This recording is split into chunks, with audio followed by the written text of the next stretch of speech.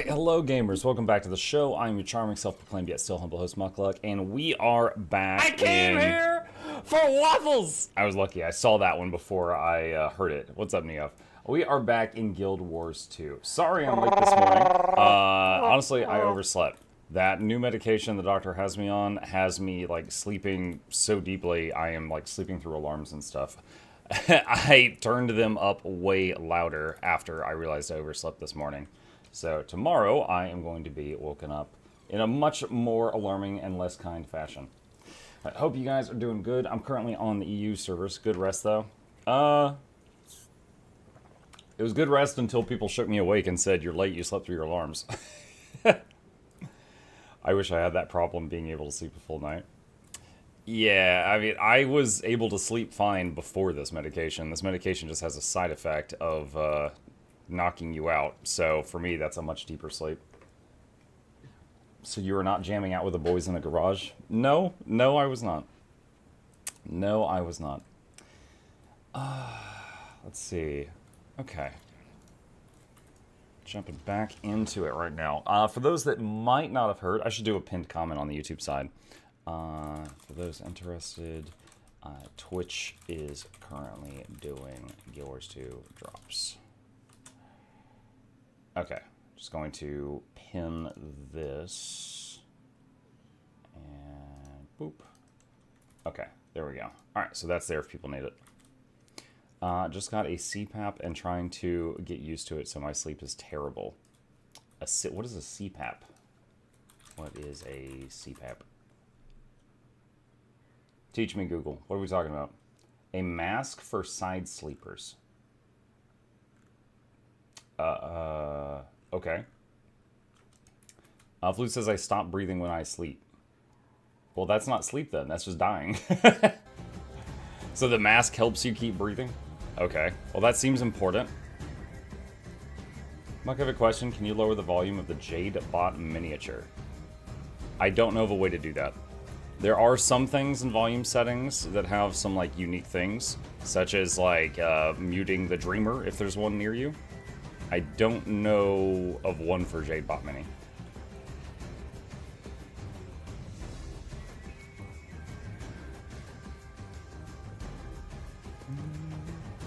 Okay, yeah, we've already done all this. Let's see. That's probably already done. Alright. Grab that and that.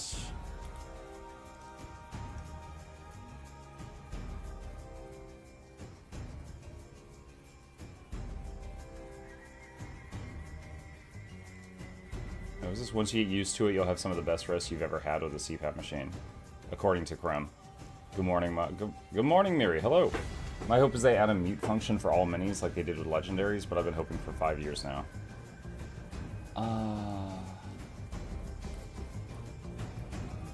Make sure your mask isn't too tight, it can cause bruising and rashes. Wow, it seems like we got quite a few people here who got experience with this. Wow.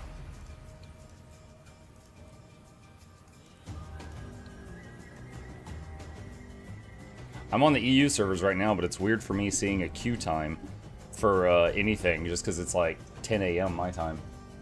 But it's afternoon, evening EU, so they are gaming.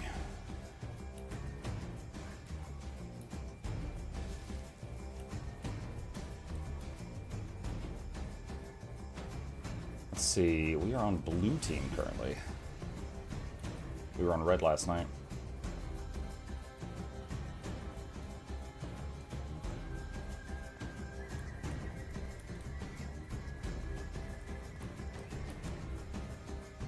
What's the plan for today?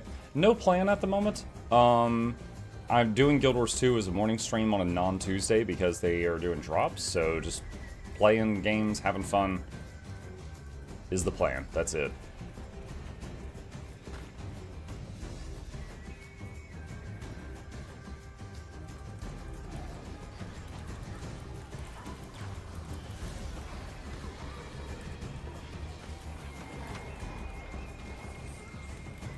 Whoa.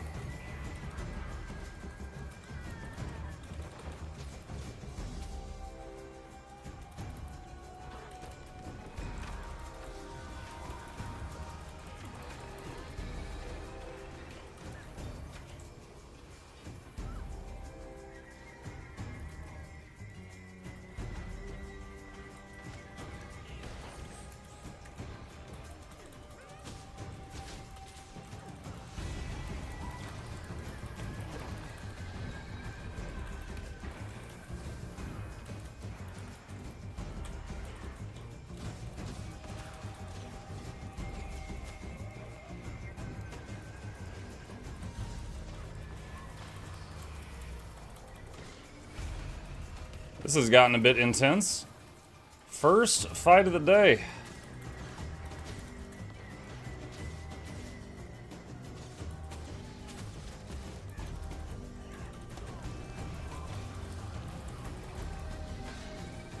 I think we got the evoker.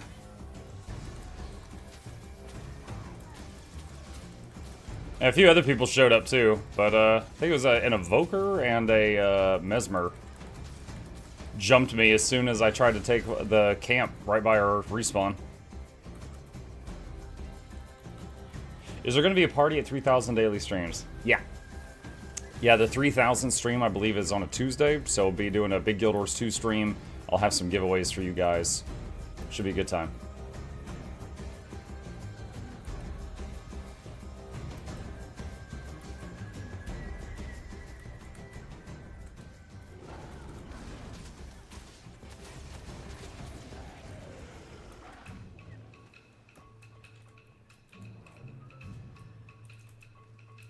Are you going to play the grid game for the giveaway? I don't know if I have enough in-game items to do that.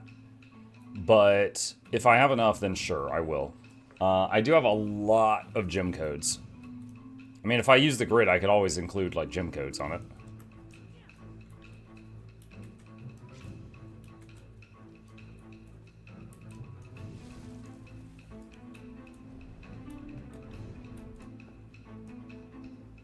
What's the grid game? I did a video recently, and it was called something like I hid an Excalibur for chat, or not Excalibur, Eternity for chat. How long did it take them to find it? And that video shows the grid game. But that day I had 100 in-game items to give away, which made it a good game. I've got a few really expensive items to give away right now. I've got a couple of legendaries, but I don't have 100 items. So I can't fill a full grid with just those this time.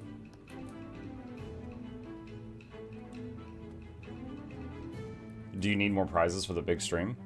Not need, but if anybody else sends me more things, I would fill out the giveaway stuff. I'm collecting things right now.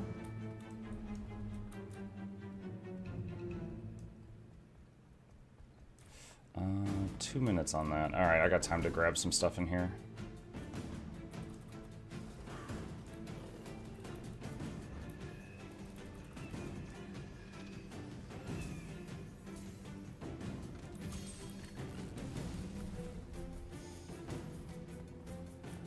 Send Muck some bags of salmiakki. What is that? I'm Googling. Salmiakki candy. A popular Nordic confectionery best known as salty licorice, flavored with ammonium chloride and licorice root extract. A strong, earthy, and bitter black licorice base with intense, tongue-tingly, salty, savory kick. That doesn't sound good.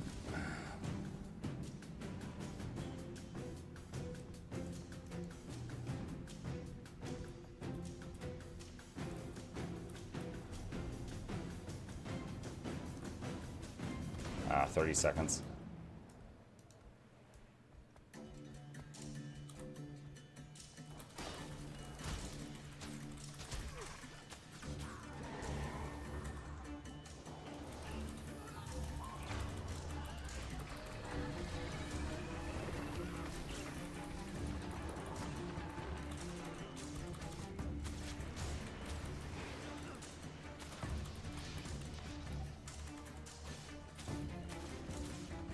The same evoker jumping me? Oh, to be fair, I engaged on him, and then another player joined in again, which is the same thing that happened to him last time.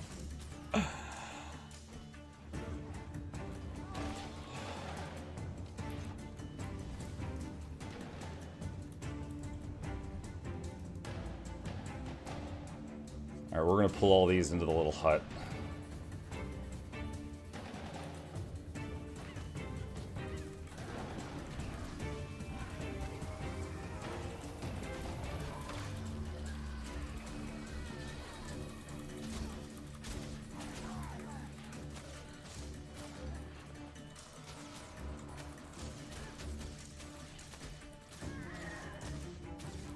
How's this saying obstructed?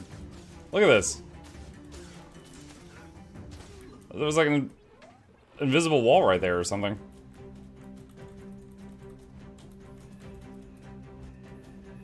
Hey, Mike, how's your world going? Oh man, I overslept this morning, so I just got started a few minutes ago. But so far, no deaths.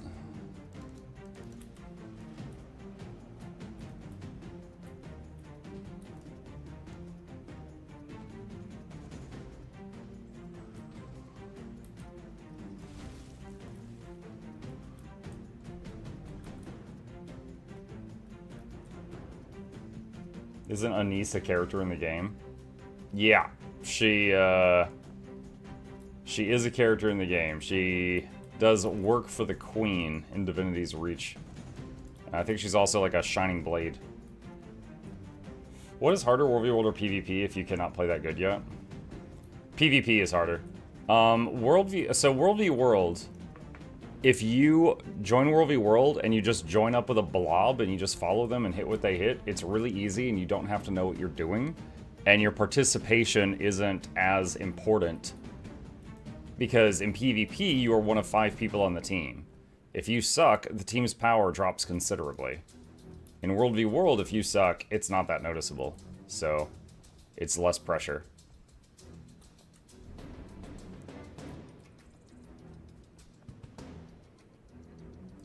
Hi. Hello, Mom.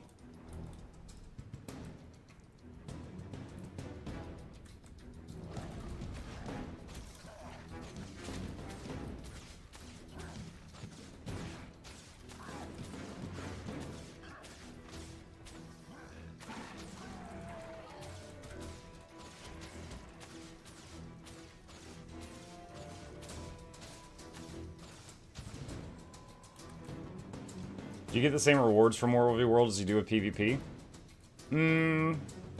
Similar. Like, both okay. In PvP, every time this levels up, you get a chest. You get your reward track, which gets you chests. And then you also have these boxes from, like, your ranking that gets you chests. So, like, any of that, you know, gets you stuff. In World v World, you get some loot every couple of minutes. And there is, like, the Pips chest, and there's the reward track. So, there's one less reward type, but you're getting rewards more frequently in World v World. Like, whether you win or lose, you're getting the rewards, like, every 6 minutes. In PvP, you only get Pips when you finish a game, and you get a lot more when you win than when you lose.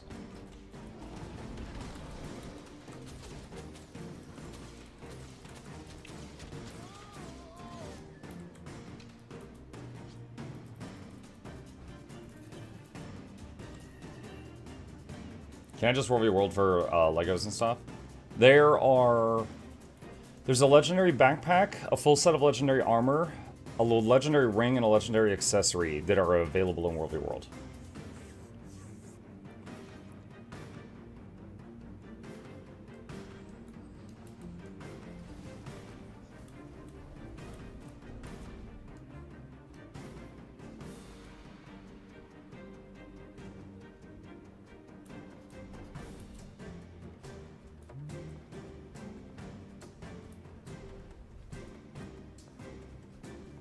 I've been playing on and off since launch and know nothing about PvP or World v World. I've got videos if you are interested in like learning the basics. ! PvP or ! WVW in the chat. We'll pull those up. But if it's not your thing, that's fine too.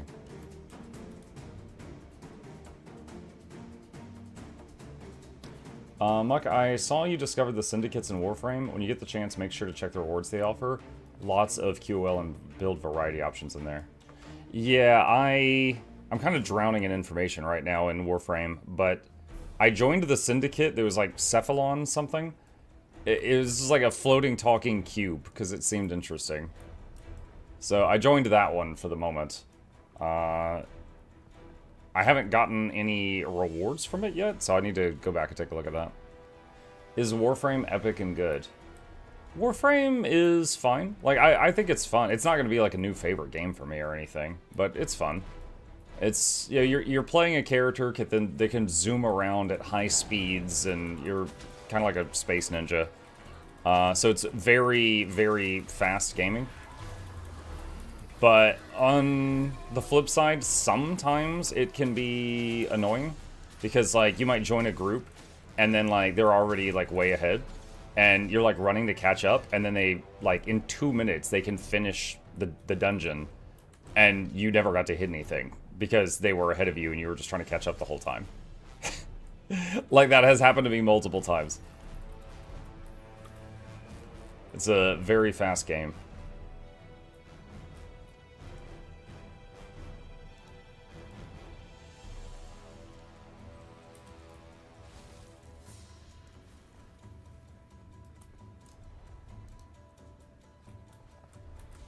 After the Guild Wars 3 announcement, I'm having trouble investing time in Guild Wars 2.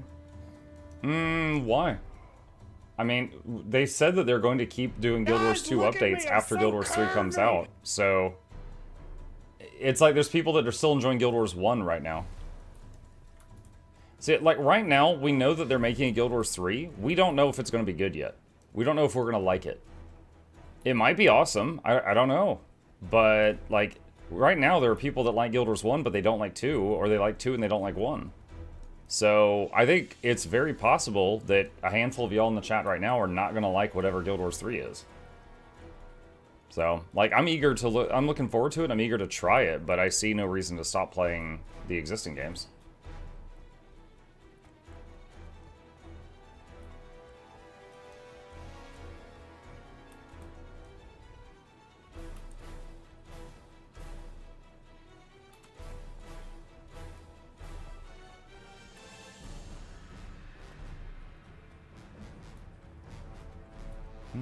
Looks like you sped through the story quest and missed some lore. Would you like to have some of the things you misunderstood corrected?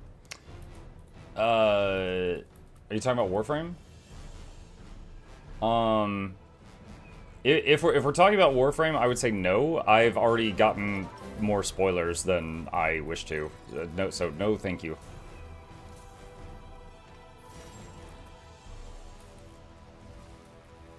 But the sped through thing, you're not the first person to say that. Because a couple of people have been like, Muck, you're rushing too much. I'm like, what do you mean? I'm just doing what the game recommends. Like, as a new player, right? The game has, like, things in the top right corner. It'll be like, next you should do this junction. Next you should do this mission. You know, blah, blah, blah. So I just keep doing whatever it recommends to me. And the result of that is there's quite a few, like, older players that are going, you're rushing through things. And I'm just like, I'm not trying to, I'm just following the quest log.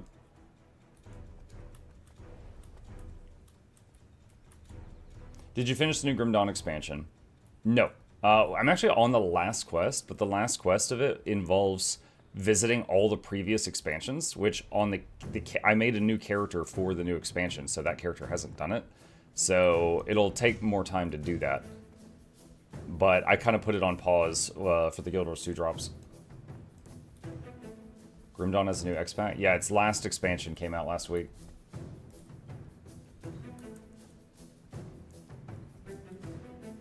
Oh, they just captured this as I was entering.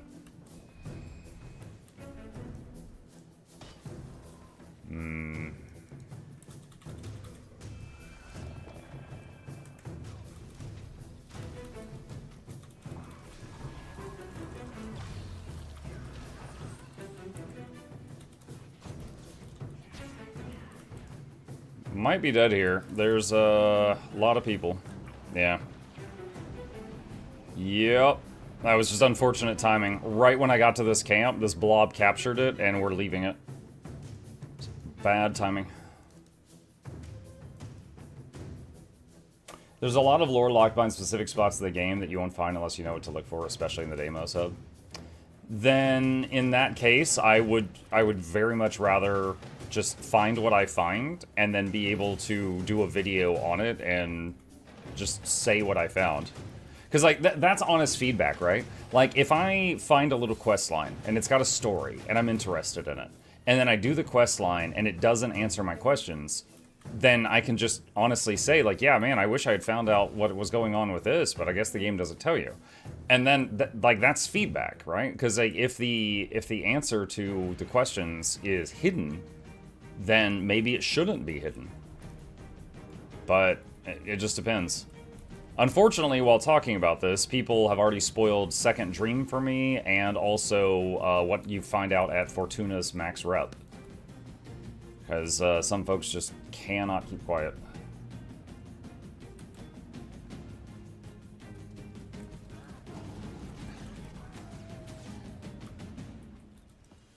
I'm not getting my drops. Hang on.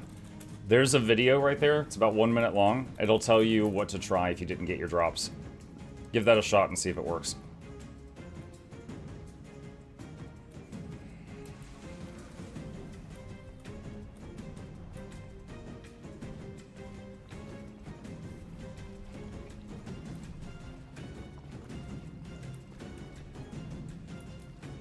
Most of these are because Warframe being a live service game and the nature of how the devs hid things for players to look for.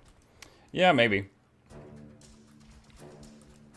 But honestly, like, some of the stuff that players have told me about, they'll be like, oh yeah, we found out that lore nugget was on a web page that's no longer available.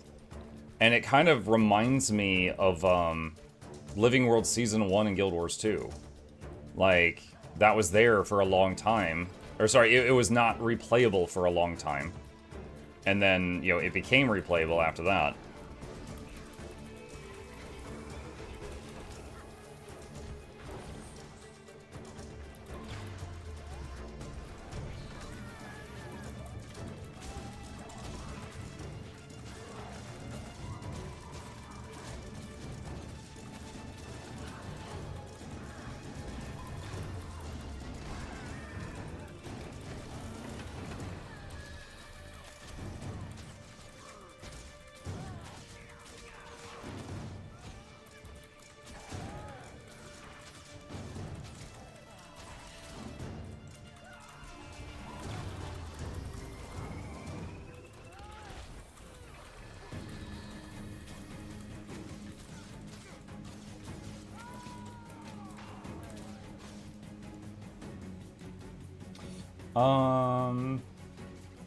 Had to use the link yesterday for 2 of the 3 drops. Gotcha. Did the drops fix once? Got flooded with stuff I didn't even know I missed. Yeah, when I made that video, I got some items that I had missed from the past that I didn't even realize.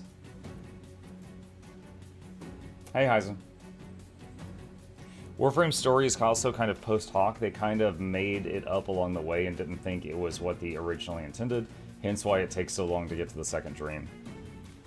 Oh, it didn't. It took like 3 or 4 play sessions to get to second dream. Like as a new player, I hit that pretty quick. Unfortunately, like I said, I got spoiled on it, so it wasn't really a surprise. But yeah, the next video on my experience in the game is focused mostly on Deimos and the infested family there. So once I get to the second dream video, I'll talk about that.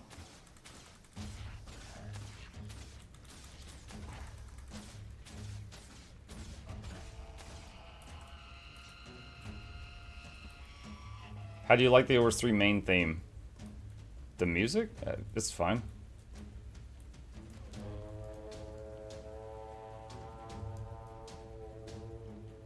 When I was playing Warframe, I watched a lot of YouTube videos, both lore and game guides. It's not really beginner or blind playthrough friendly. You're probably right on that, but I still think it's worth doing the videos. The videos I'm making are like for people's entertainment, right? But then on top of that, there is, you know, the chance that, you know, a game dev for Warframe might watch it and then, you know, it's feedback. So there's been a lot of people that are watching the edited videos. They're like, oh wow, I didn't know the new player experience was this now. Birds. How are you today? Like sometimes they give me advice which went out of date like 5 years ago because the new player experience has changed since the veterans have played it.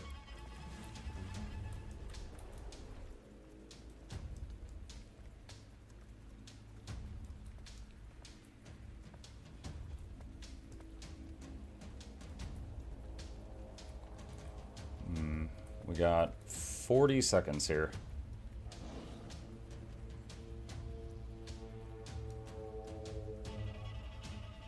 I see why folks are playing, saying you're playing too fast. When I first started back in 2019, I didn't get there for months. Yeah, it's like I said. I just keep kind of doing what the game recommends to me. Like it'll be like do Saturn Junction, and I'll do it.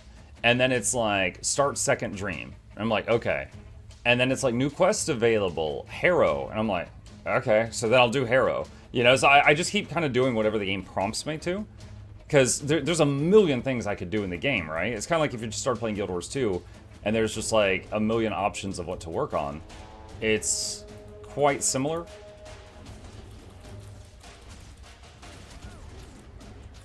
Dredge. I'm trying to pull her away from the NPCs.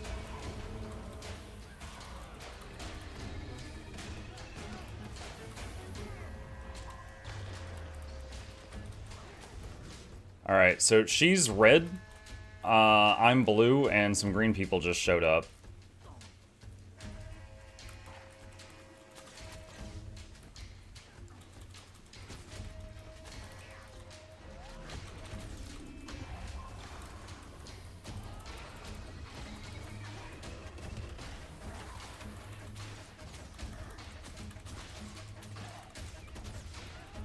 Thief Guild.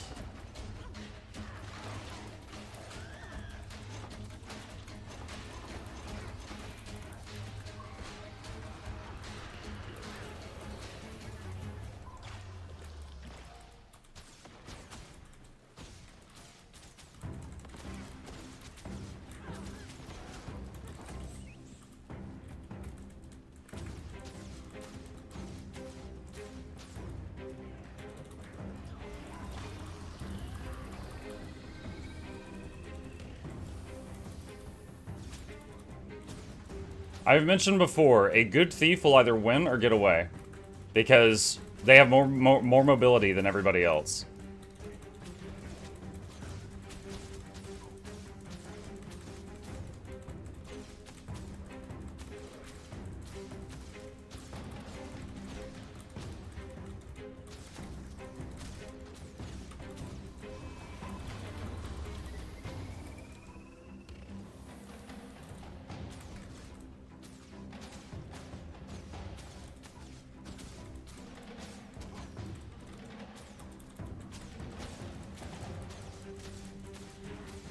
Nice.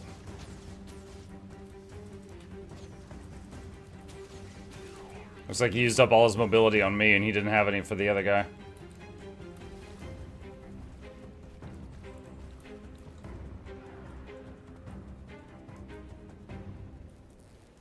That's a lot of stuff.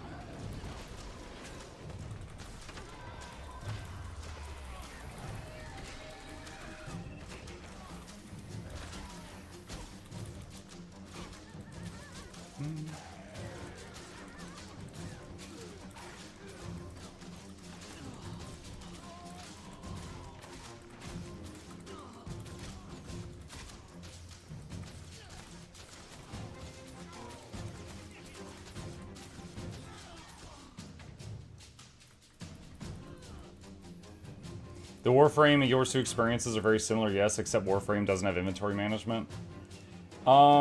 It's funny you say that because I hit an inventory issue with Warframe yesterday. Let me see if I can find it.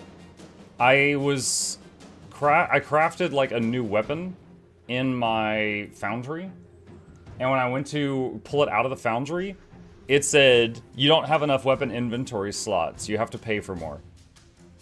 And this is Platinum, which is kind of like Guild Wars 2 gems. You can get some by playing, but I don't really know how yet. Or you can throw money at the game, which I'm not willing to do. So that was kind of a curveball that hit me yesterday. I did not know that they would sometimes charge you for more inventory space.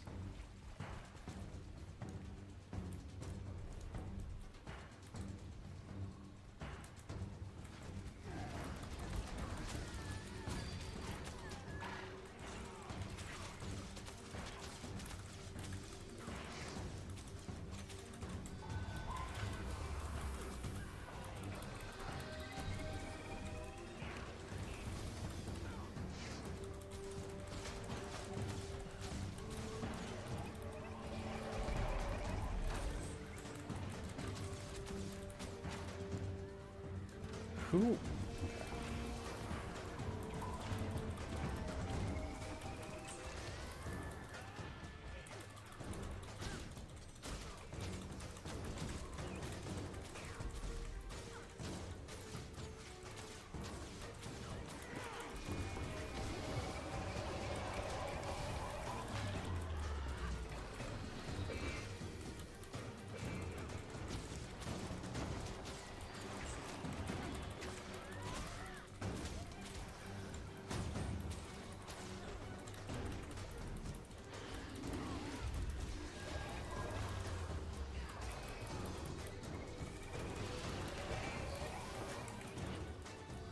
That was close.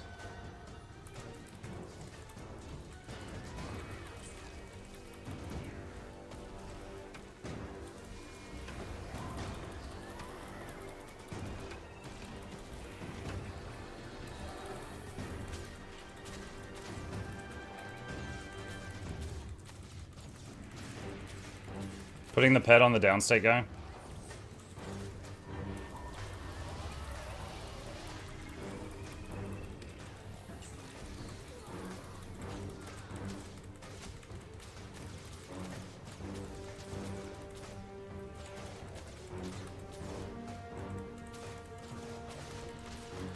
Well, that was an exciting fight.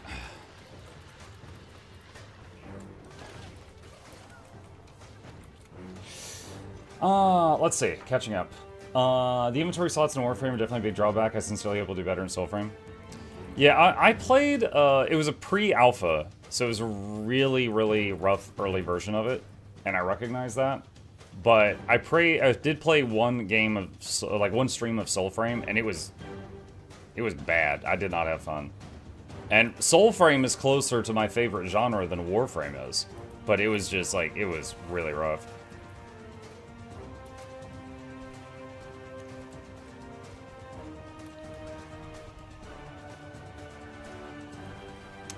Yes, Hart. I'm playing Druid right now.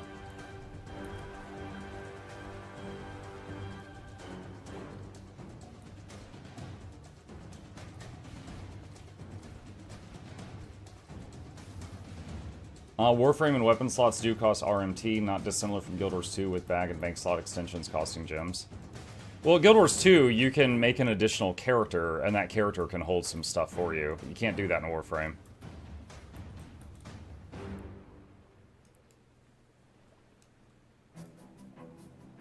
Despise druids in PvP in every game. Always infinitely healing themselves and sometimes pillar hugging. To be fair, I think anyone who's a ranged attacker will pillar hug to try to line his... Honestly, even when I play melee builds, if I'm fighting a ranged person and they're trying to kill me and I need a moment to breathe, I'll, pillar hugs just so that they don't have line of sight. That's a strategy that anybody can use.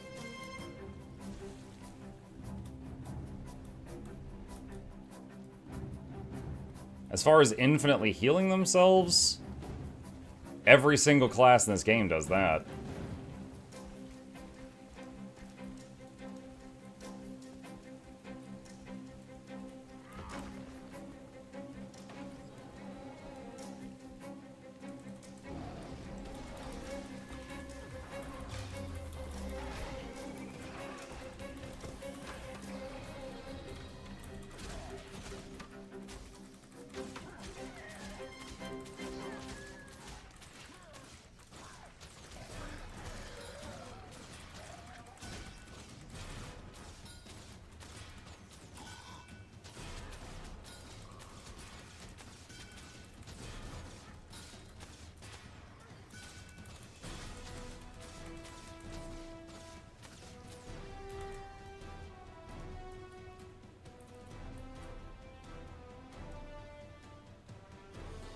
But using characters as mules makes you run out of character slots, which also costs money. Or gems. But I mean, that's kind of moving the goalpost, right? Because you're like, Guild Wars 2 also has this problem. And I'm like, no, it has this solution to that problem. And you're like, yeah, but if you use that solution too much, you're back at the problem. And it's like, well, yeah, but there was a solution. But I get it. I get what you mean.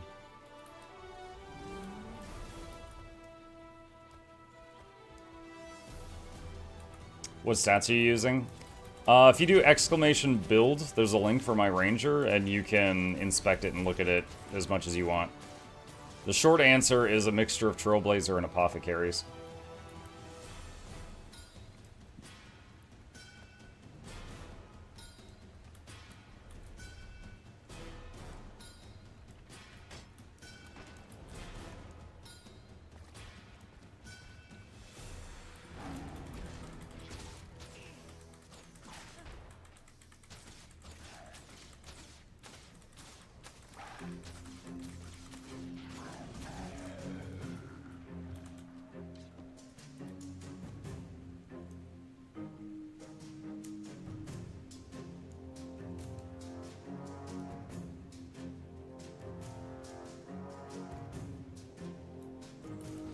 They are changing directions a lot based on feedback. They changed the atrocious Find X Blueprint Shards system. And with more and more eyes from upcoming Steam release, they'll hopefully make good decisions. Oh, for Soulframe.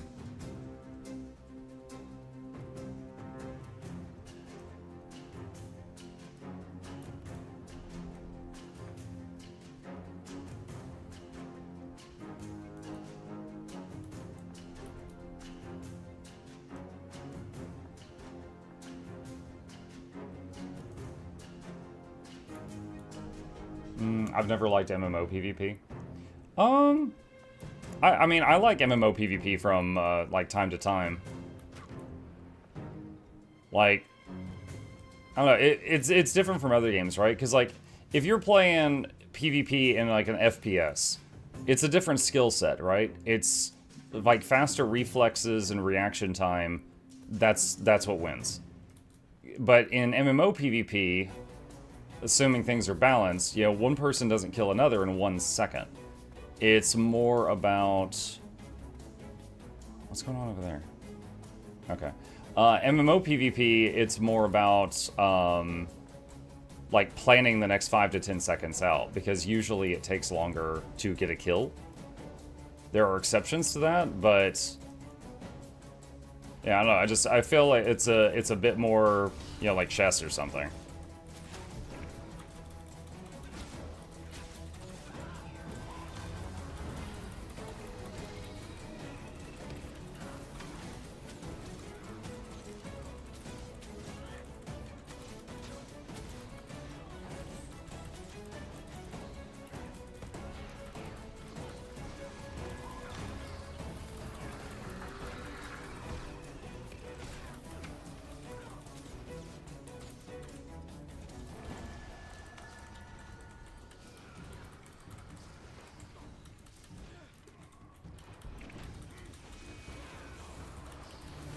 Ah, dang it. That second character, the Spellbreaker, was too much. I had the Willbender down to 3%, but that Spellbreaker was too much on top of that.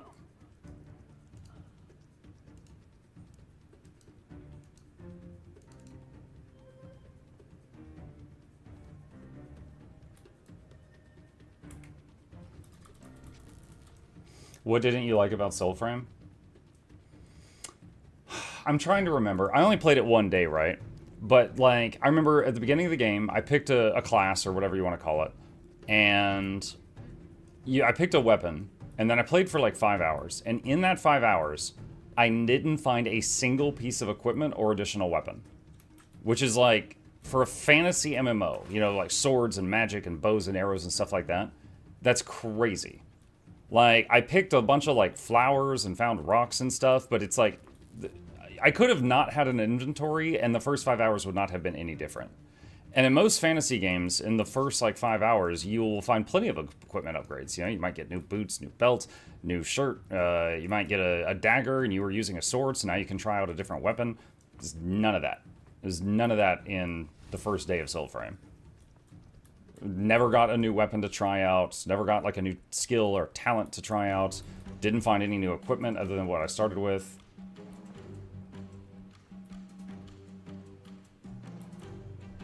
I think you were frustrated with finding quests also. Maybe? I honestly can't recall.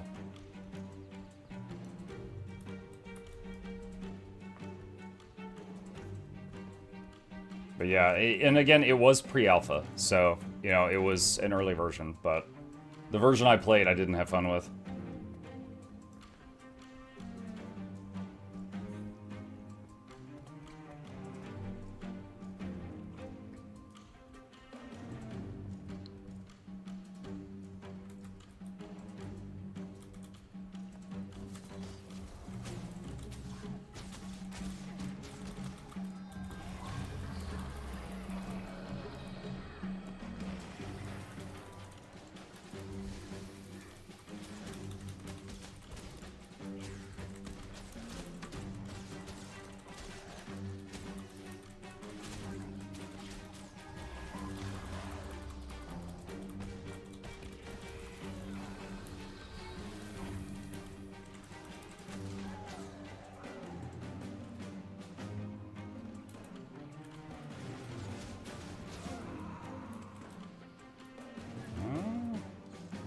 They going for the Keep Lord?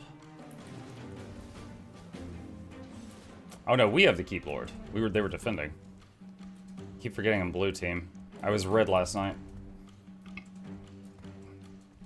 They did talk during TennoCon about how they hear complaints about randomness and will give a lot more control down the line. I love the combat system and story, but the meta systems of progression still need more iterations. Gotcha. Monk, how has Guild Wars been? I was having burnouts, so focusing on other tasks such as video editing, but may come back. I mean, it's Guild Wars. I mean, they're still doing their thing. I don't know when you took a break, so we're in the second to last major update for Visions of Eternity. There's one more that's coming down the line. I myself have been doing a lot of World v World lately.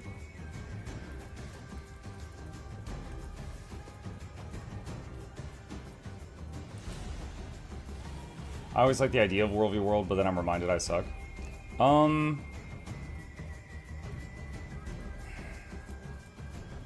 mean, for World v World, for people that are new to it or trying to get better, I usually recommend they join a blob and, like, learn what they're doing.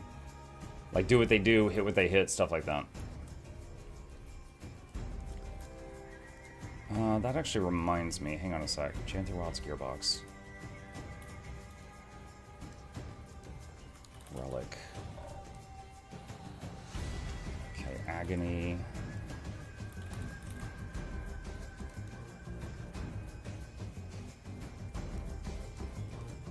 Okay. Phenom.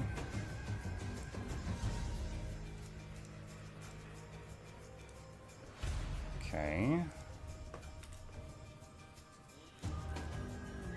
Sorrow.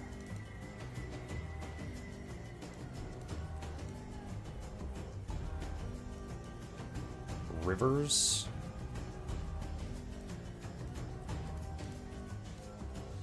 Atrocity. Stormsinger.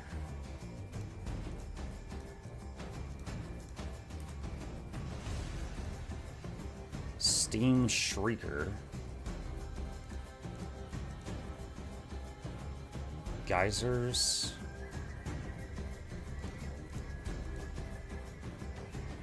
Mistide.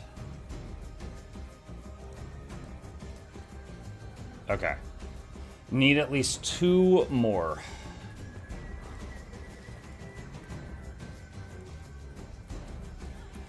I've been using the reward track in World v World to work on filling out my relic collection.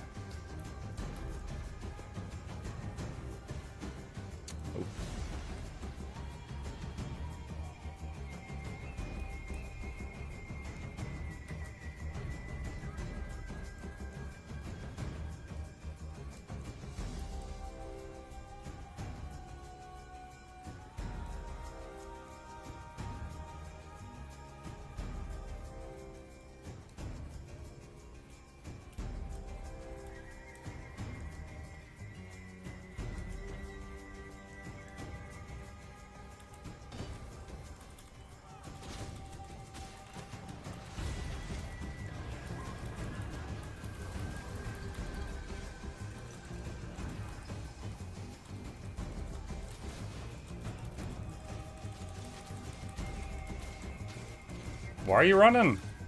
You hopped the wall to chase me.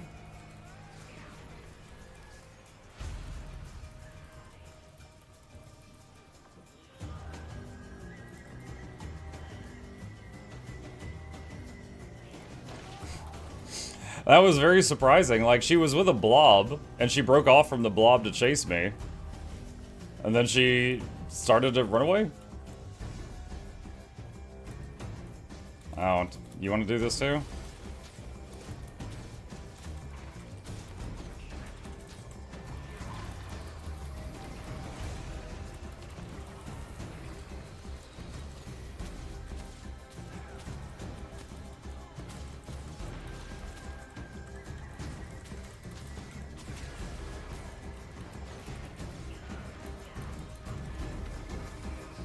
This guy hits pretty hard.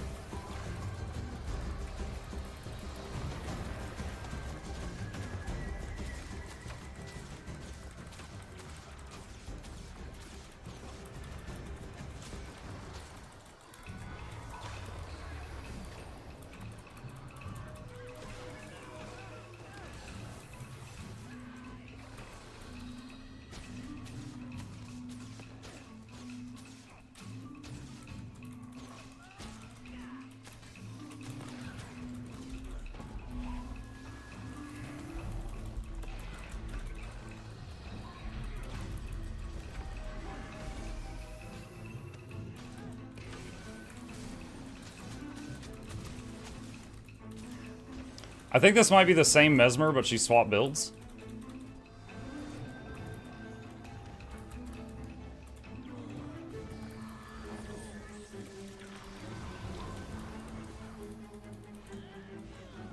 Oh, man.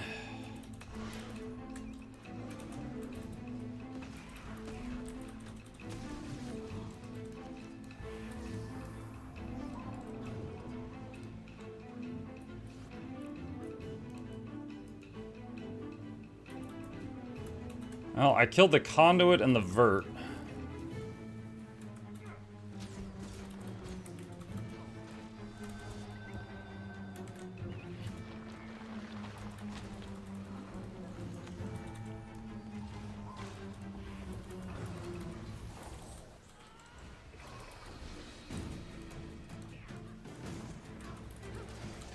It's too many. Yep. They are really thirsty for it. That was kind of funny though. They first their virtuoso came at me and I killed her. Then the conduit came at me, I killed her, and then the rest just chased me across the map. And that whole thing started with me just trying to walk around them. I didn't even want to fight them.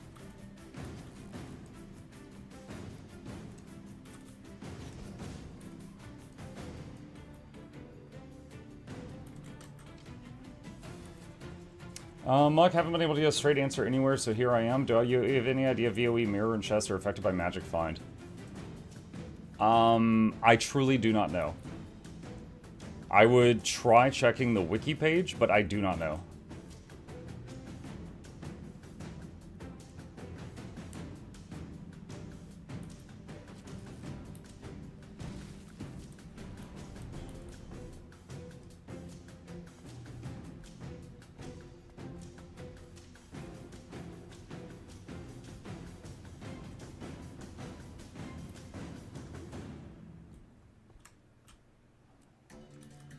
What's your slash age in Guild Wars 2?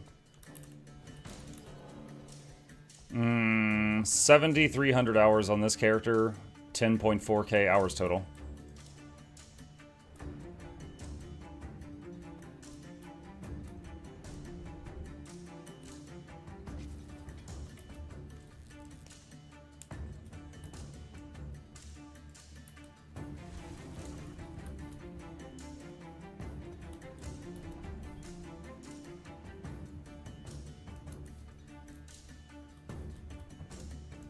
Was going to go there, but it just got flipped.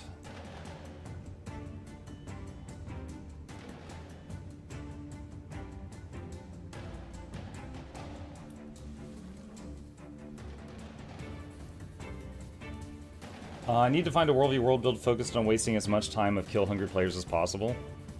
That would be playing a thief and constantly staying close enough to them that they think they can kill you, but teleporting far enough away that they can't.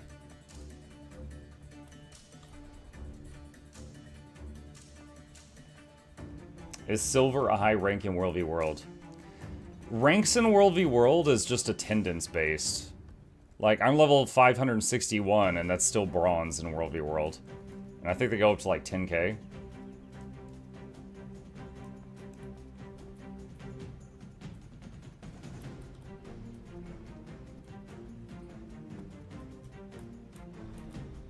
Morning, Laura.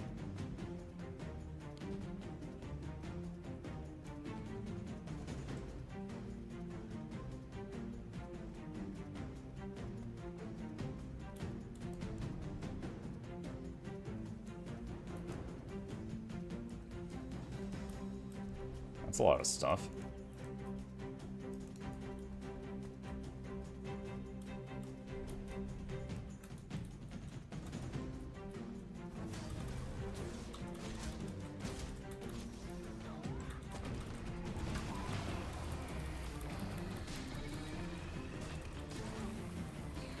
Oof. I was like, oh, a mirror match, but that went pretty quick.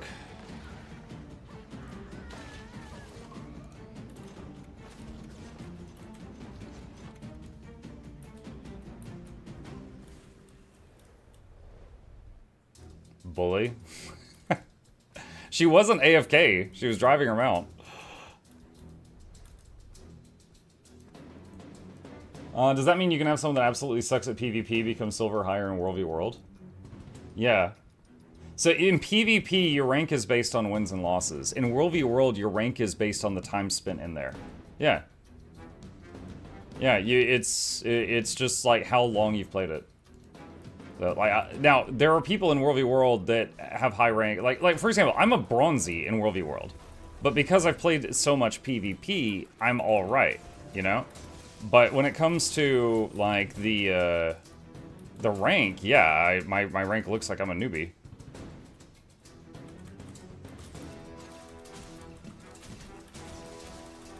Oh, wait, you are fragile.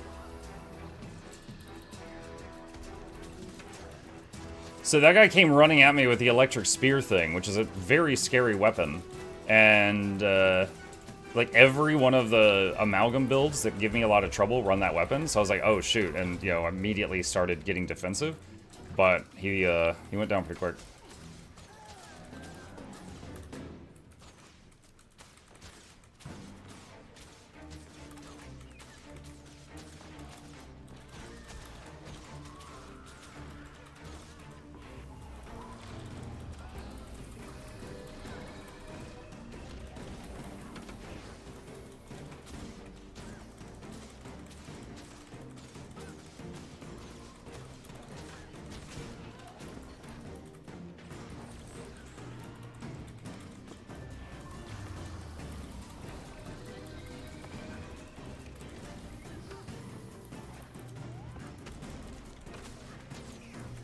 I gotta stay on the Ranger because she could use Lick Wounds to get back up.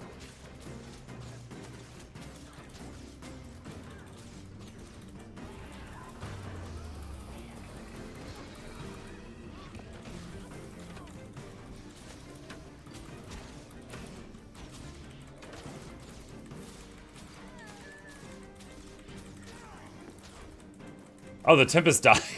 The Tempest sat in my cleave trying to revive her for so long, he went down.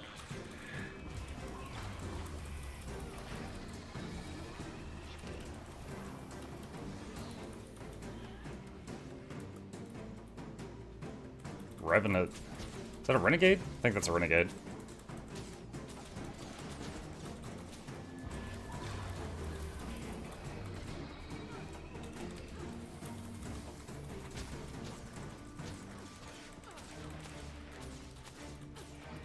They could push me. Yep, there it is.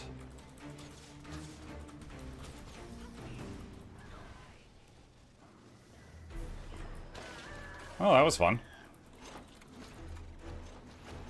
Casual 1v4. Yeah, but they came in single file, so it was a 1v1, then a 1v1, then a 1v1, then a 1v1.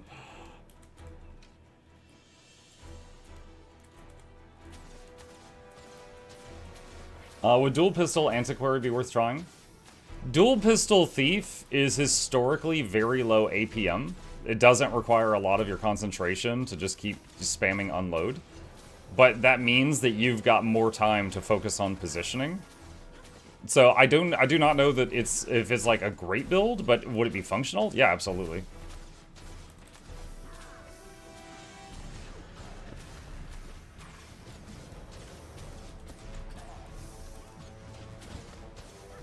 Muck, is your build tanky?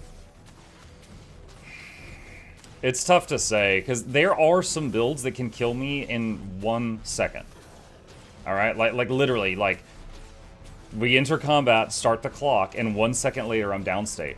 Right? There are builds that can just pop me. But my build is currently has 20k health. It has 2k toughness. That's mostly from Trailblazer, which has toughness and some vitality on it. And it has an amount of healing power, because there's 3 of them there. It has an amount of healing power, so that my druid and staff skills are able to, you know, not suck.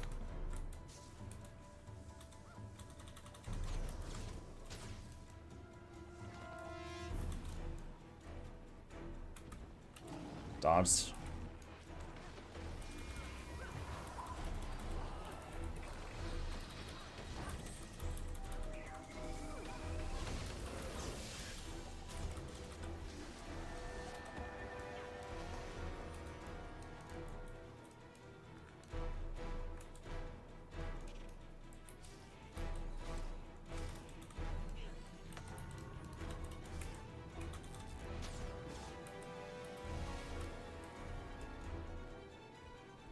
It's like 4 or 5 people. It's the people I killed earlier and some other folks. Oh, shoot.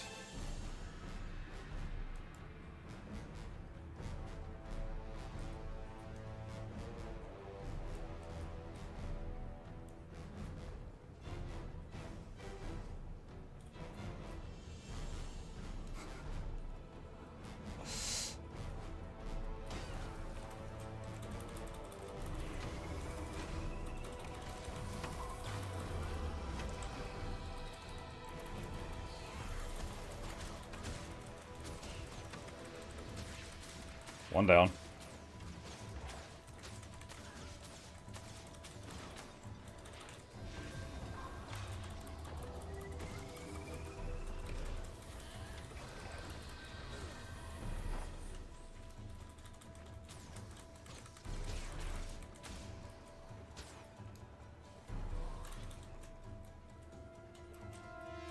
Never fought on this thing before, I don't think.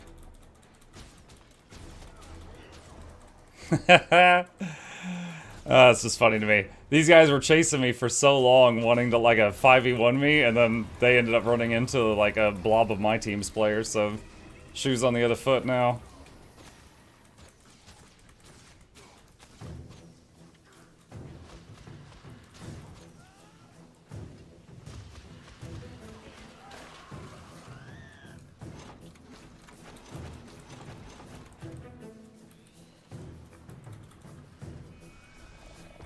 Oh, that's green and red fighting.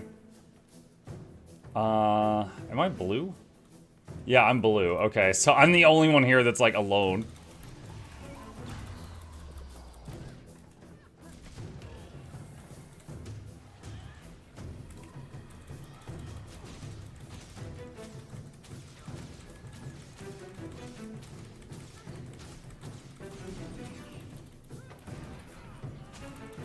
She's reflecting projectiles. I need to not use my bow right now.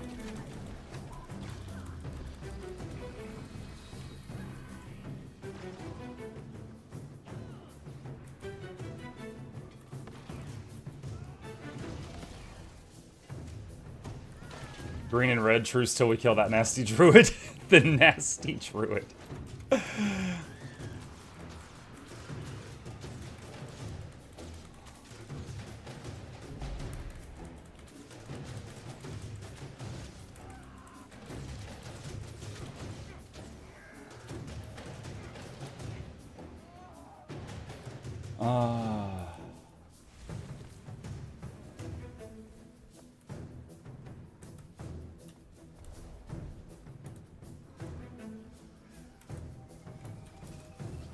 Oh, wow.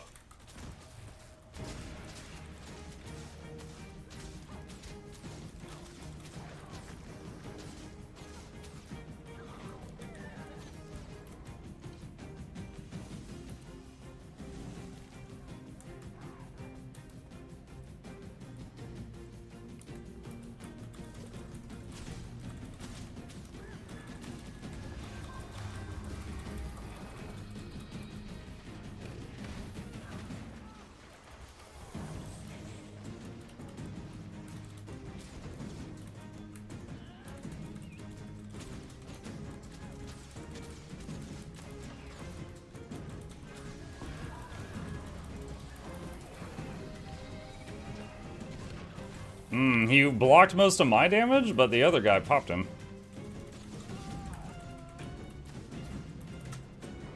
Stun. Immobilized. Dead.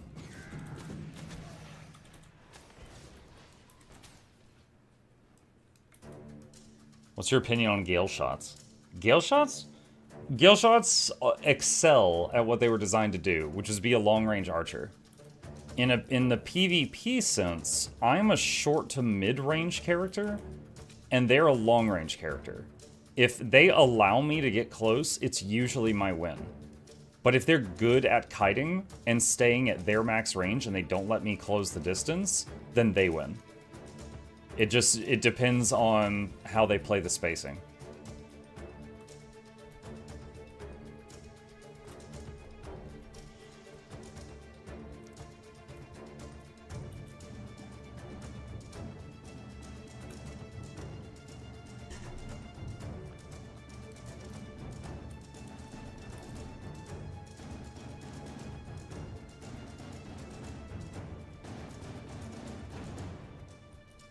As a Gale shot myself, I'd lose. I mean, to be, like, open about this, like, I'm not a great Gale shot. I tried it, I didn't like the playstyle, so I'm not good at it. But I have had Gale shots that I could not get close to them, and they just kept filling me with arrows, and I had to either die or run away. But then there's others that, like, you know, I can just run up to them while on the mountain, dismount, and just stay close and don't let them back off, or like immobilize them and run in, or go invisible for a second and then run closer to them. Just like any of those things I can do to get close. Or like if I get behind a tree and then they come around the tree to try to hit me, and then it's like, gotcha. But yeah, like my build is a short bow, and I've got a couple of medium range abilities, but most of my damage is very close range. And their build is longbow and airbow, which are like 1200 range or more, and they want to stay far away, so it's just about the distance. Did they let me get close or not?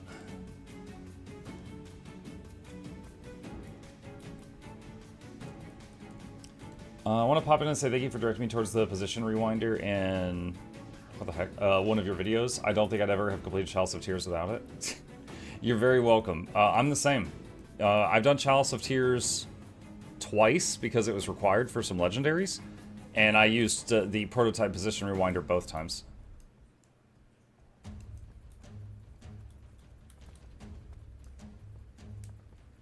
Did that Dolyak just instant transmission forward?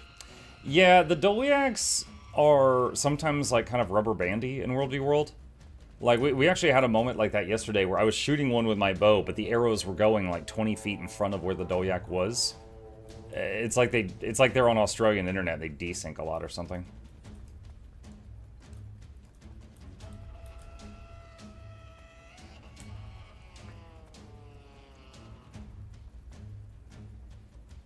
Is there still a hiccup on the short bow?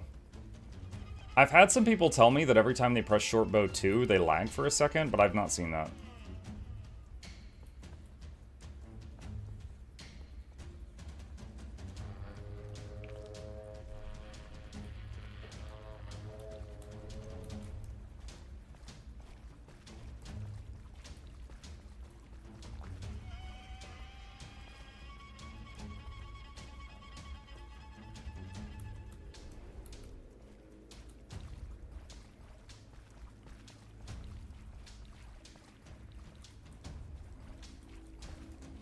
Do you ever World v World on other builds?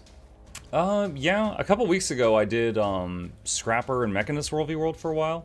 It was fun. I of course wasn't as good at it because I've got more experience on this one. I did Necro World v World for a bit, but Necro, first of all, the Necro's not bad at World v World, despite what I'm about to say.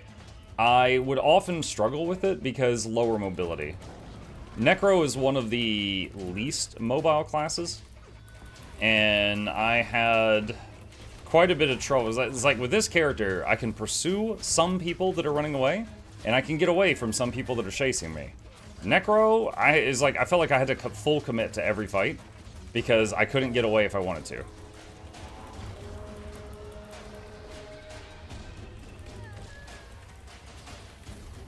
So I didn't really stick with the Necro just because I like having more options.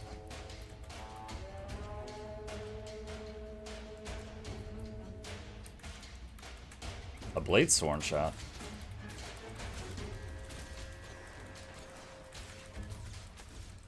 Ah, he's gone.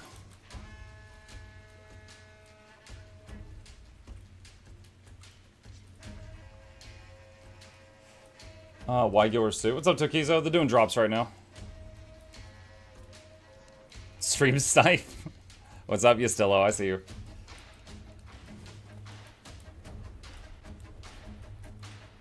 What is the best class to get back into the game? What's up, Ritel? There is no best class, so, I mean, other than Guardian. But it depends on what you're looking for. Like, the best class for you is the one that's the most fun to play, so you stick with it. So, what do you like doing? Do you want to bonk people with a sword, shoot a bow at them, shoot fireballs out of your hands?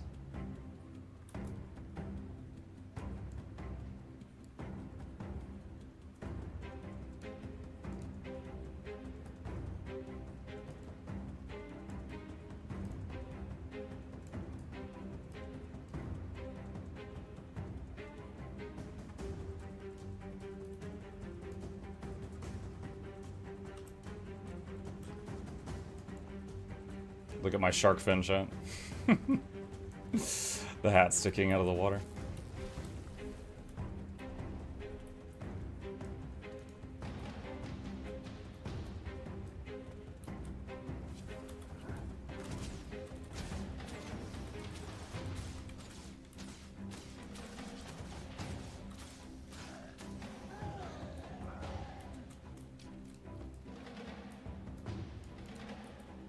Mr. Streamer, can you give a rundown of the build you're on and go over itemization for it? So, bifurcating, first of all, if you do !build in the chat, there's a link for my ranger. You click on that and you can see the whole build as much as you want.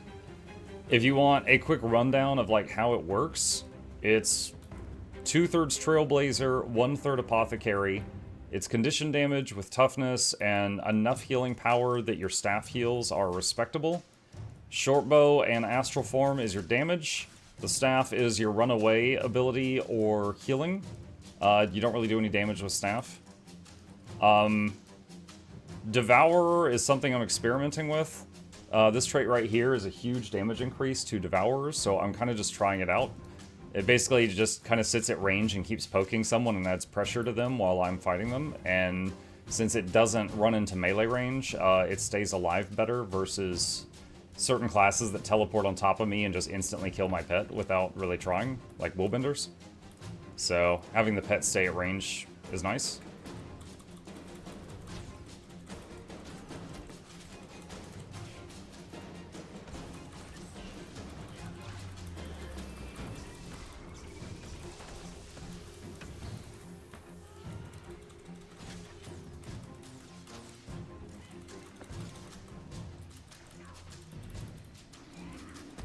Ah, too many.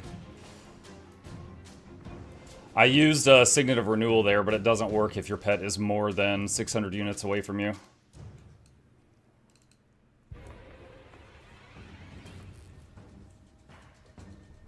I saw Muck's video about his Go Through wishlist, and they should remove Guardians, but Mesmers are a 100% chance to be in. I don't know if it's 100, but I feel it would be foolish of them to not include Mesmers. Because Mesmers are like a Guild Wars staple. Like, that's theirs. Like, every game has a warrior. Every game has a guy with a bow. Every game has a sneaky guy that stabs you in the back. Mesmer is Guild Wars. I feel like they should include that.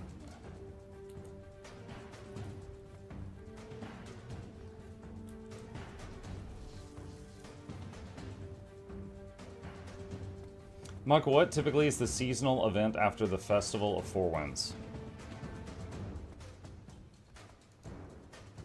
Off the top of my head, I don't know. Hang on. I mean, like, Halloween is in October.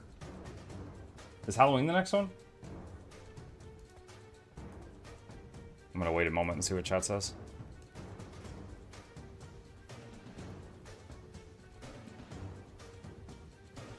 Muck, I've been doing raids. What are your thoughts on Power Boon DPS Chrono or Power DPS Chrono? I'm struggling to get above 19k. Did I choose the wrong class? Okay. So, right, with that question, the thing that you're wanting to know is it the class or is it you? Because if it's you, you can improve. If it's the class, then you're like, I feel limited, right? So, here's what I'm going to do. I'm going to go to snowcrows.com. And I'm going to go to benchmarks. This is how much damage is each build doing when played by the top people. So, I'm going to go here. And control... oh, well, there's Condi Chrono, 46k. Their website is so slow. They've added so many ads to this site. It's still useful information, but goddamn. Alright, Power Chrono. In the hands of the top people in the game, it's 43k. Now, typically, what I'll tell people is if they are playing one of these builds, if you can do like 60 to 75% of what this says you should be doing, you're normal. Okay? You should be able to do that. Like, when I look at Ranger on here, I cannot match the numbers that it says Ranger does on here. Like, these are under perfect conditions. But Power Chrono is on the list pretty high up at 43k. So in a perfect player's hands under perfect conditions, it can do 43k DPS. So I would say it should be completely feasible for you to get up to at least like 30. And if you can't, I would maybe look at those guides on Snowcrows for Chrono and see if there is any tips you can absorb that you weren't doing already. I heard 80% from groups. Here's the thing. Most of Guild Wars 2 bosses, if every DPS was doing 10k, you can kill the boss as long as you do the mechanics. However, like, because of power creep, damage has gotten higher and higher and higher over time. But there are very few fights in the game that require the group to be doing, you know, 30k or something. Thanks, Bird.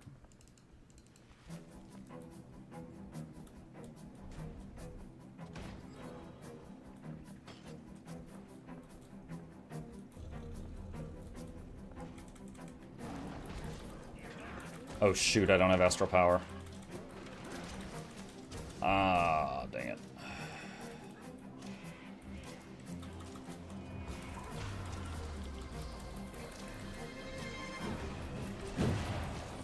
Oh my god.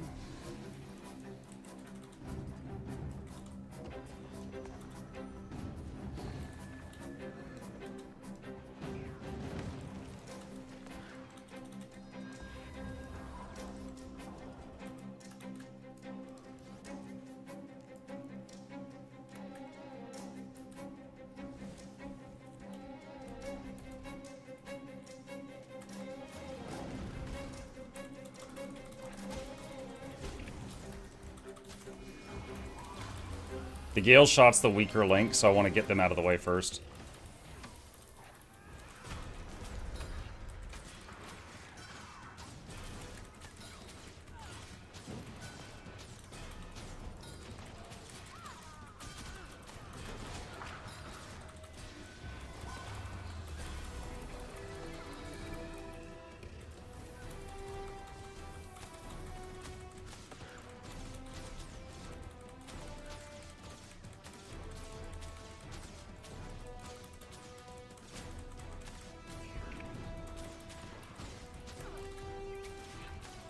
Okay, that was scary. She could have joined in, but she was just watching what was going on. Oh, that's the Renegade. Okay, I recognize her haircut. That's the Renegade I killed twice earlier, so she was just staying back.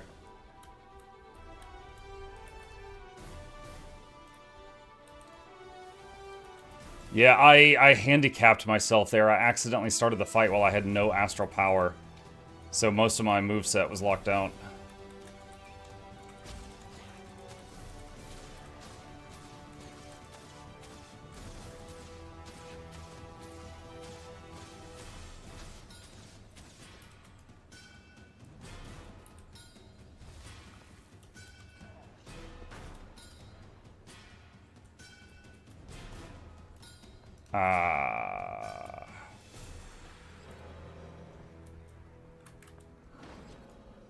I don't mind fighting people, but not doing it while all those mobs are on me is not good.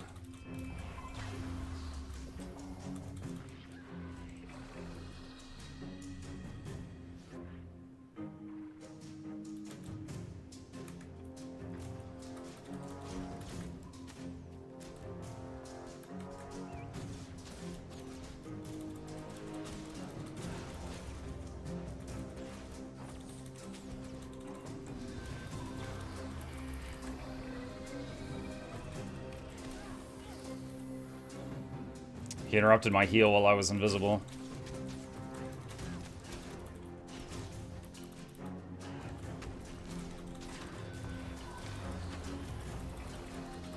Now, if I were him, I would hit that bear so that when the bear dies, I get a rally.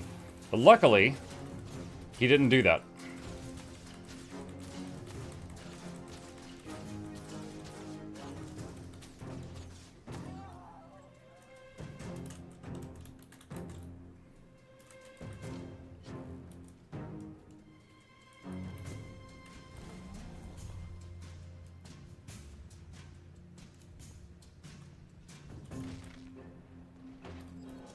How's Kandi Druid in general? It's good. The Staff 2 and the... I'm getting CC'd constantly. The Staff 2 and Astral 4 feel much better to use now. It's awesome. I'm getting, like, perma-locked down right now.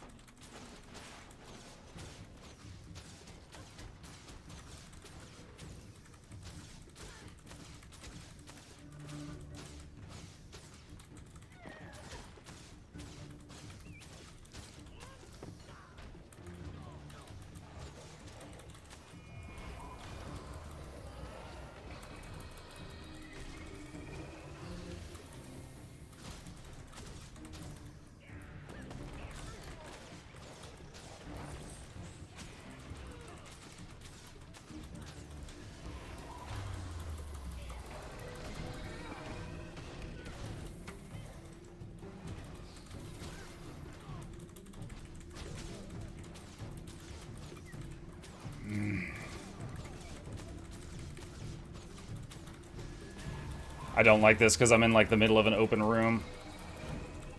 Do not like that. Banner res. Warrior did banner res.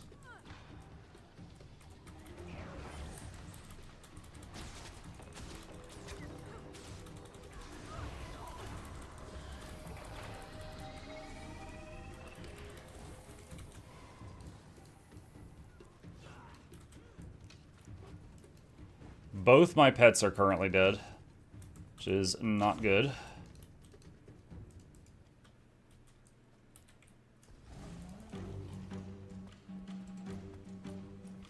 Let's see, is he working on Strife Unending? No, I have the mats to make Strife Unending, I just don't really want it, because I've already got full Legendary, so it would just be doing it for the graphic, and that's a really expensive thing to just do it for the graphic.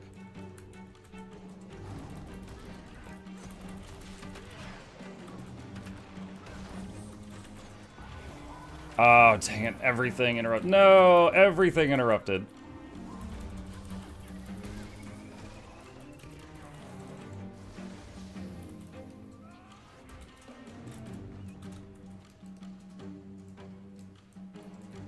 Bummer. Nope, I'm just playing for fun. This has been my favorite game mode lately.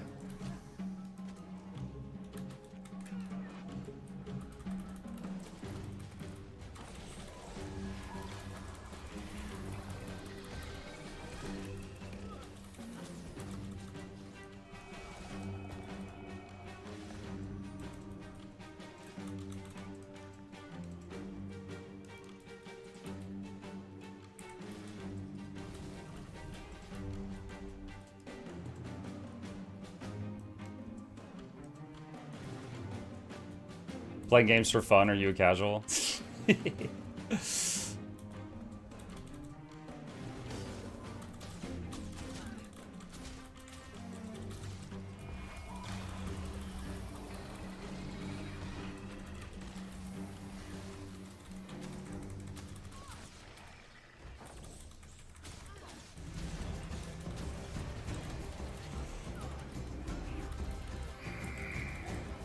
Oh no, the freeze! The freeze!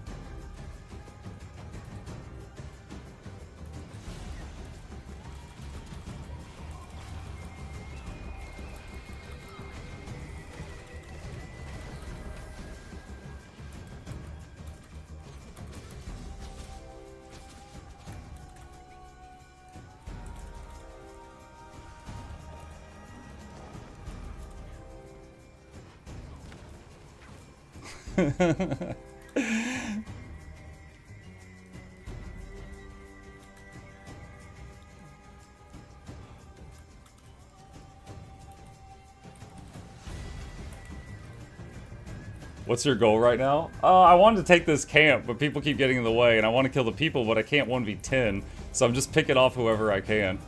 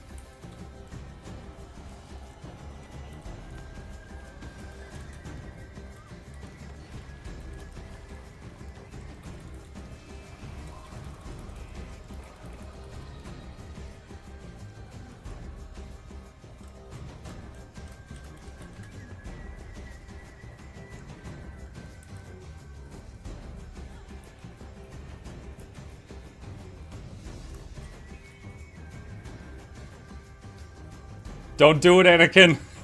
I have the high ground!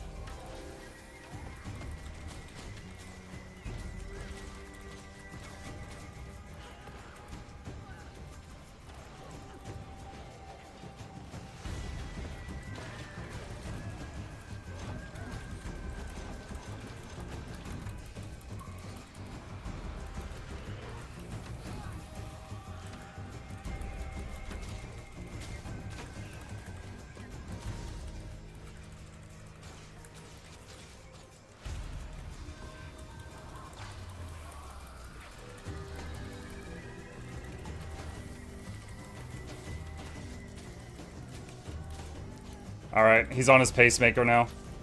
Oh, well that works. Oh, you went down too? Oh, jeez.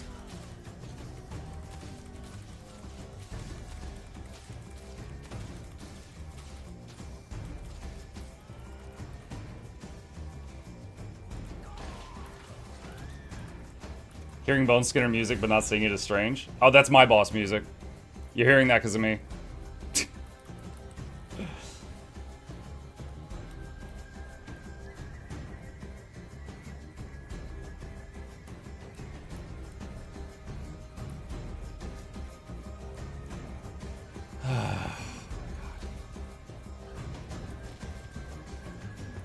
Attempt number 72 to get this.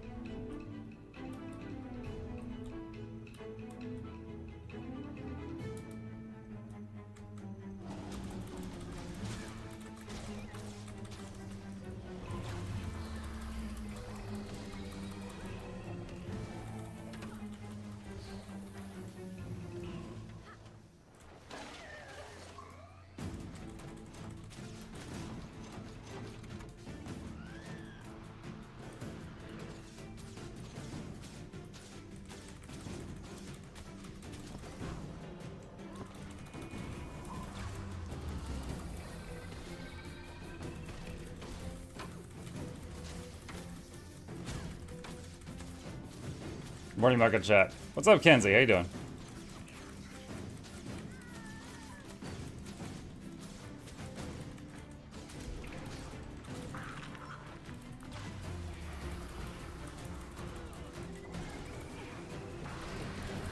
Oh! Dang. I got... Oh, there we go. Rally. I got Will bent.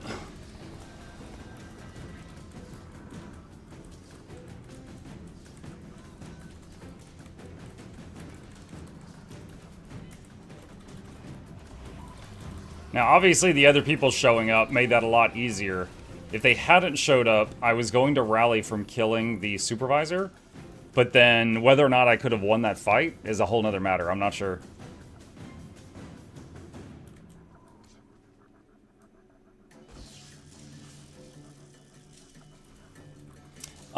Do you think Guild Wars 3 being bare feet will be a very rare drop again?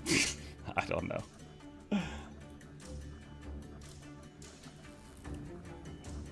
The Battle of Stubbornness has won. I mean, we got a lot of kills there over the last 10-15 minutes.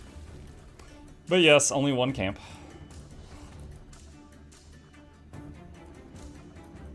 Yeah, I see you up there.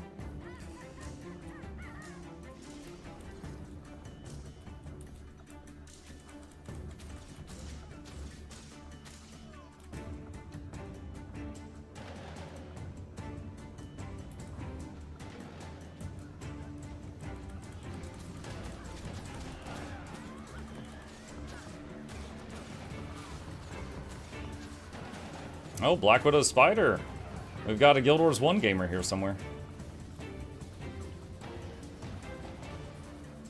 I'm surprised they haven't zerged you yet with all those attempts. I'm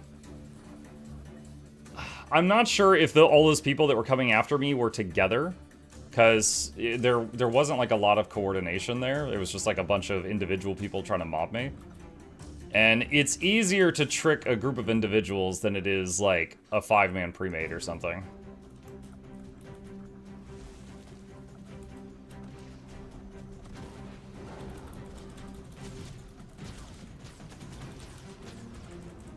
He's got stability and resistance. Okay. I was like, I couldn't root him.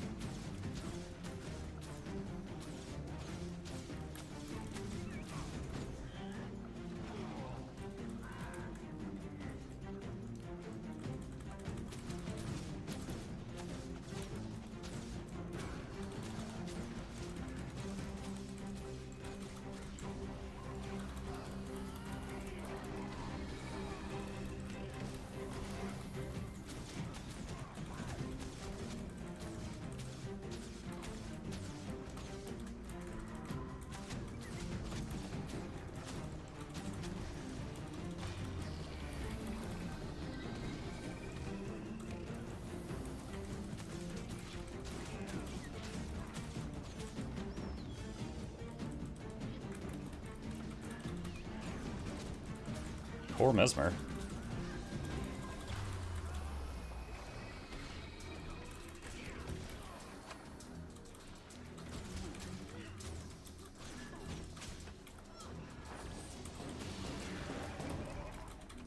Three on me.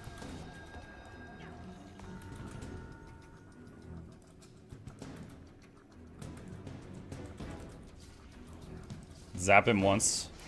Be like, yeah, you could totally still catch me if you keep trying. Don't give up. Don't give up.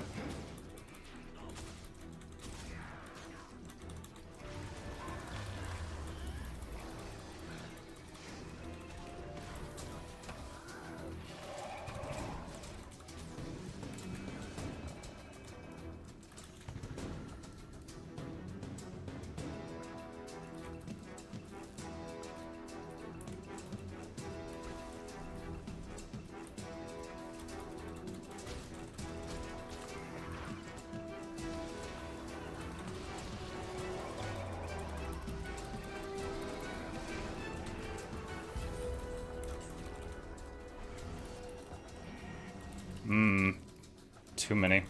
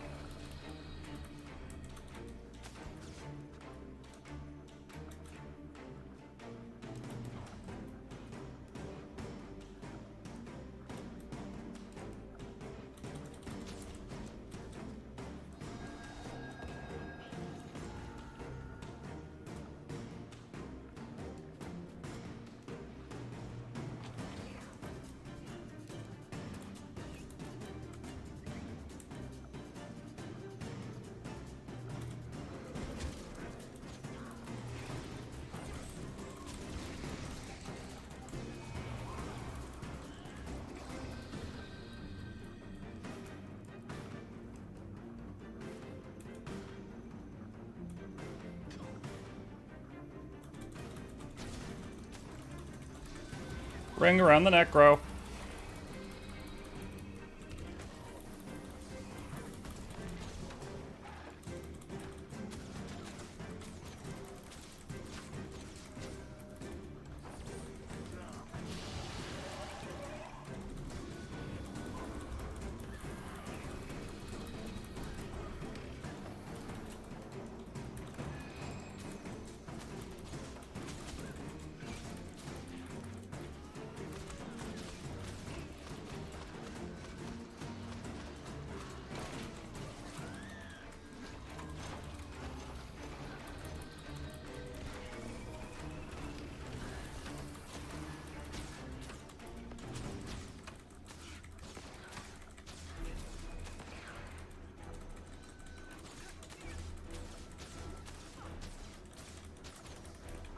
Alright, well, I had to kite across all of that, but I picked off 2 of them.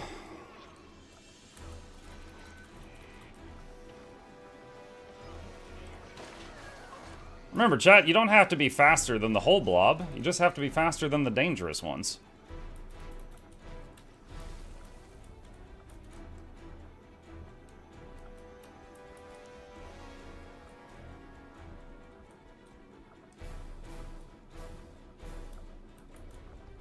Five of them, it was a Mesmer. I killed a Reaper and a Mesmer. The rest of the people gave up on chasing.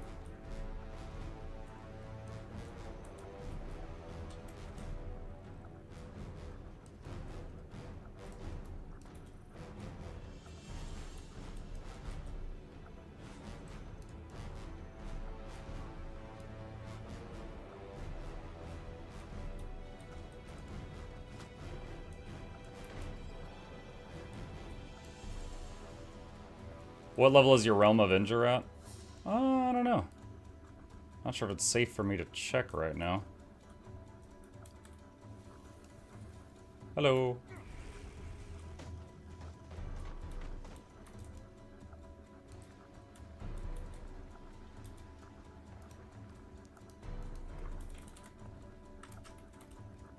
Uh, 14,762 kills.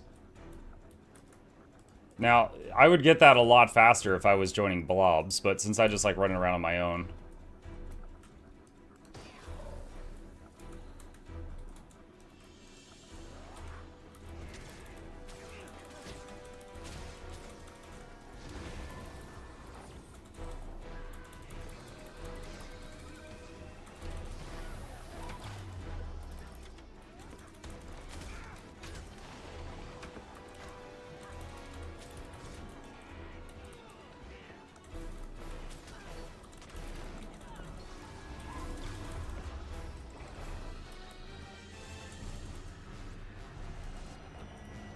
Need a pillar.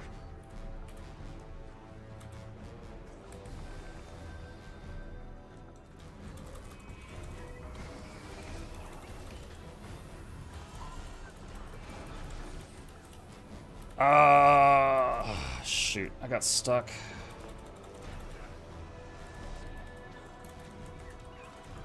Yeah, it's too many.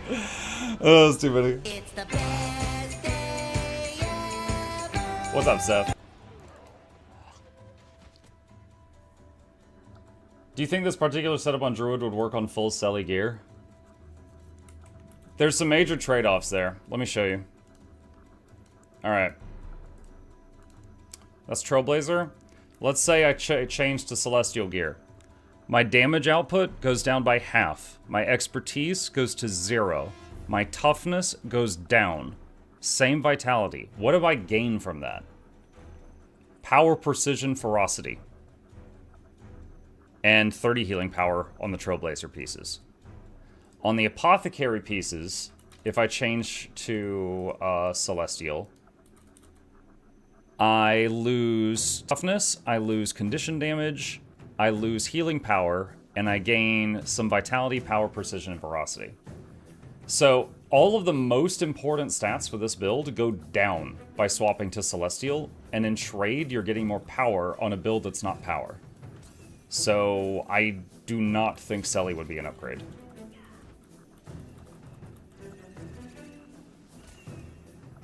There are builds that work very well with Celestial. I don't believe that this is one of them. It would work for open world. Well, yeah, of course it would work for open world, but I'm playing a World v World build right now, and I'm in World v World, so someone asked me how the build would operate with different stats. I assumed we were talking about World v World. I also think in PvP, you can't use Selly stats in PvP, in Conquest. They're blocked. If you, this is the stat screen for PvP. Celestial's not on the list. Widget, that I just linked you, is it?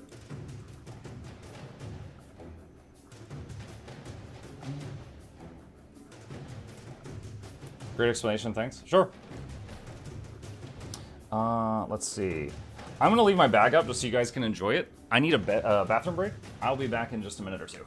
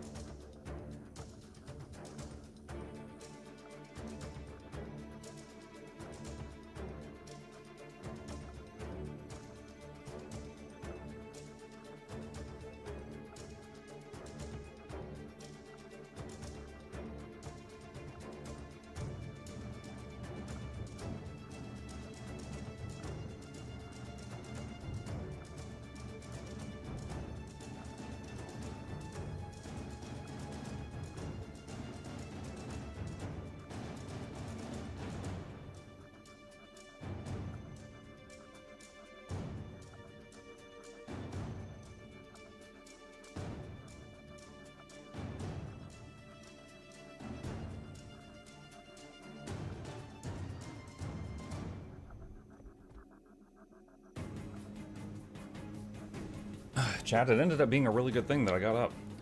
I went to the fridge to get a drink while I was up, and the light in the fridge was off. At some point, the circuit breaker flipped. And it was like, oh boy, need to flip that back on. I don't know how long that would have been just having food go bad if I hadn't seen that.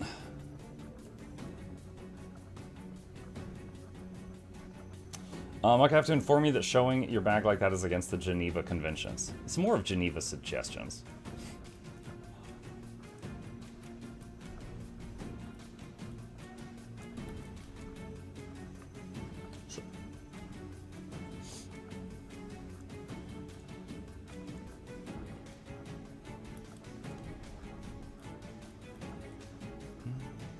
That was confusing. I had the VOD of Warframe Wednesday running and suddenly I heard Double Mug. Hello. Hey, Riku.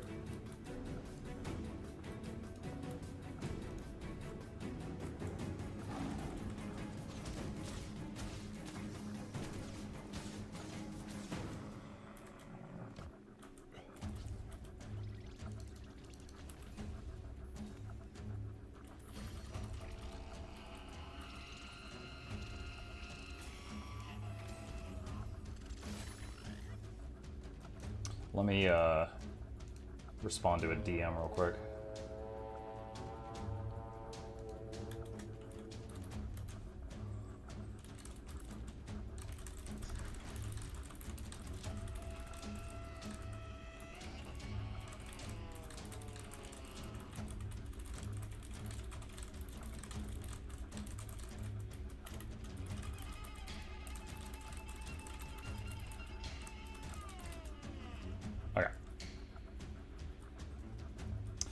Hey, Muk, can you make them fix the World v. World Selly status to include expertise and concentration?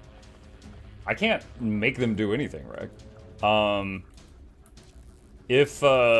Just in case you didn't know, they intentionally took expertise and concentration off World v. World Selly gear not too long ago. Because they felt it was, too strong.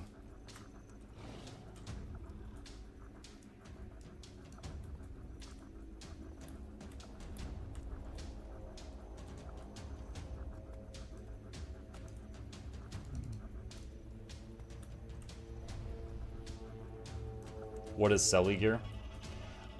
Celestial. So when you're messing with the stats on your equipment, there's one stat combination called Celestial that's plus to everything. The numbers are lower than a piece that specializes in just like 3 numbers, but it's all stats. So if you're playing a build that can benefit from all stats being improved, it's one of the most powerful sets in the game. And because of that, it has got certain restrictions on it in certain game modes.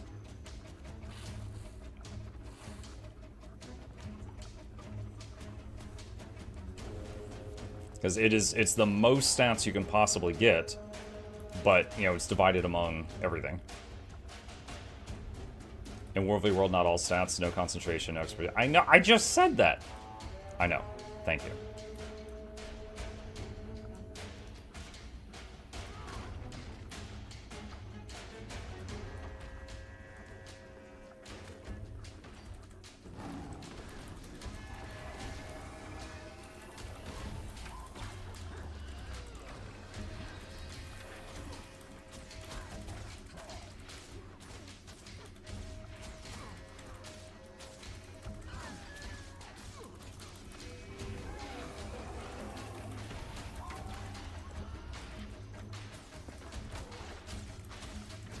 Will Ranger ever get rifle? I hope not. But I'll tell you the reason why. Ranger, for projectile weapons, has shortbow, longbow, throwing axe, and throwing spear, and harpoon gun if you count that. And there are multiple classes that have very high uptime on projectile delete or projectile reflect. And like, there's so much of it, it's already a problem. And rifle would just kind of exacerbate that issue. Pinlight? You're talking about staff. Staff is not a projectile weapon, it's a ranged weapon. I said projectile weapons. So if someone puts up a projectile shield, you can shoot them with the staff, but the staff is a healing tool and does almost no damage. But if they're like 1%, you could maybe finish them off with it.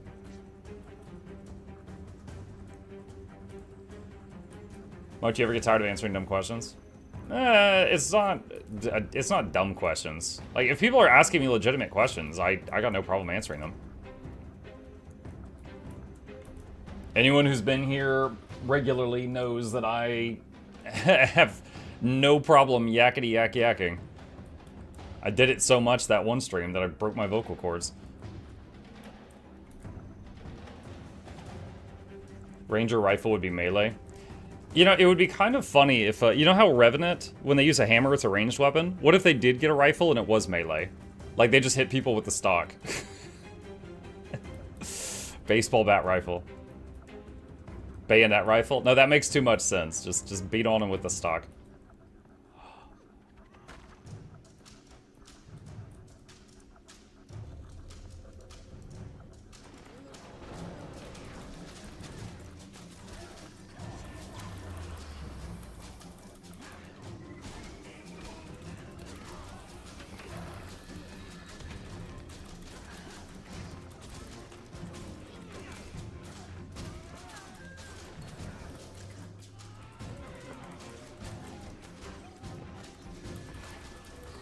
There is a warrior poking me, but he's not really doing any damage. I don't know if he's just like messing around or what.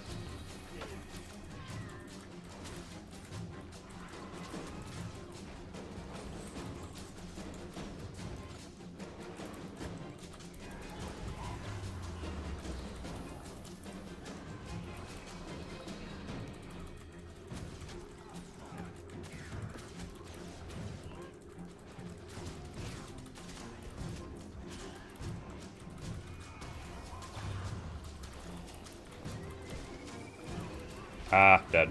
Too many. My stun break was on cooldown, and like a third and a fourth came around the corner.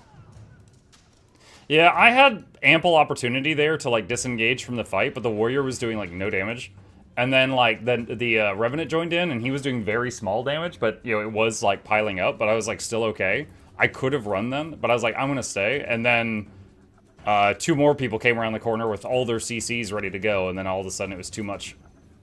Do you see many Vindies in World v World? I have seen like 2 in the last week. No, I don't see many. I don't know that it's bad, but I don't see it often. I would say for each Revenant I see, there's like a 4 out of 5 chance it's a Conduit. And then 1 in 5 something else. The Conduit's the popular choice, it seems like.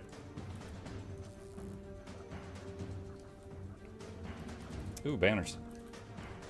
Noise. What do you think is the rarest spec to meet in World v World?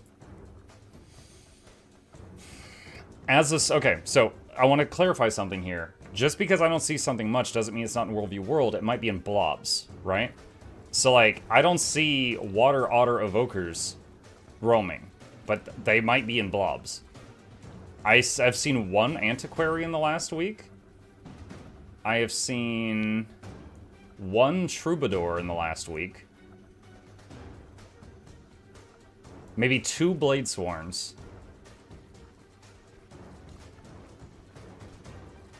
I don't think I've seen a single Hollowsmith.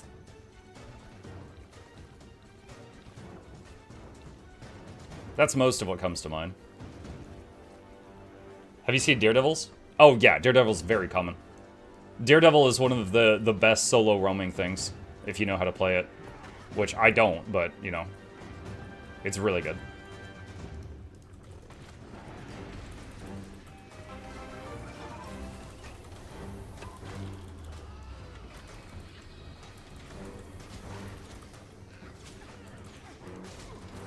Who was that? Sorcrest, thank you for the Prime. I appreciate that. It's a huge help.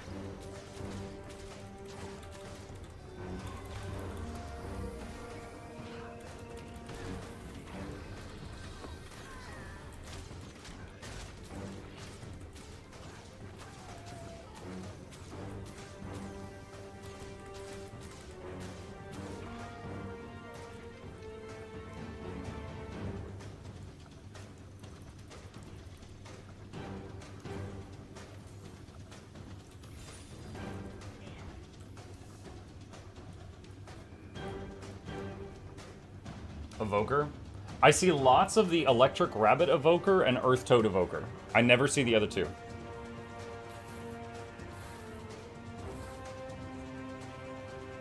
I think Fire Fox Evoker is more of a PvE thing. Water Otter I never see. I think it might be in healing and blobs though.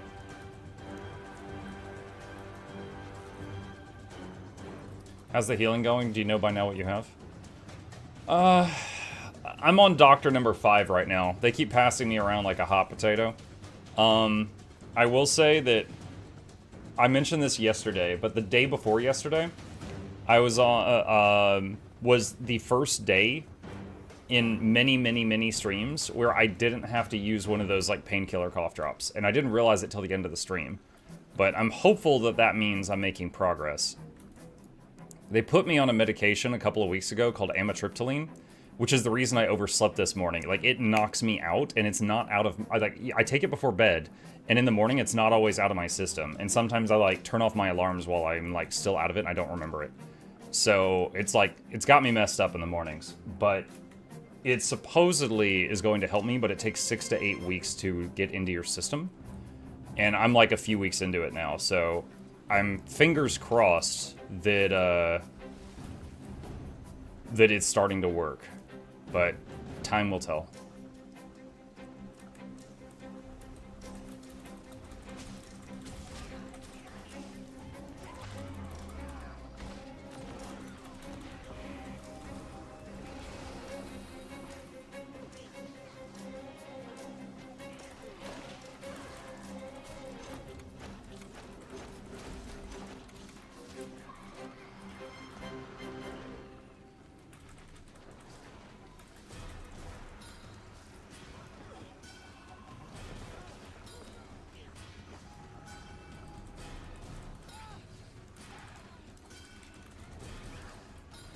Hopefully it doesn't give you ambient dreams.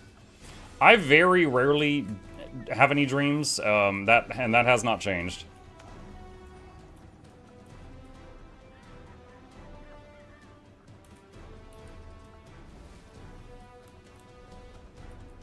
Oh, you know what? I'm gonna join these guys.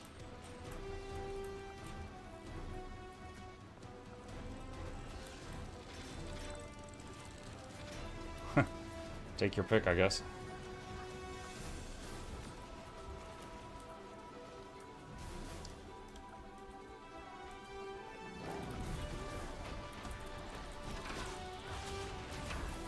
Ow. That lord just clocked me. I can solo tower lords with this build, but it hurts and it takes a while, so I'm very, like, vulnerable to someone jumping me while I'm doing it. But I can do it. The reason you don't see me do it much is I don't like beating on the wall of the tower for, 20 minutes as a solo roamer with a catapult.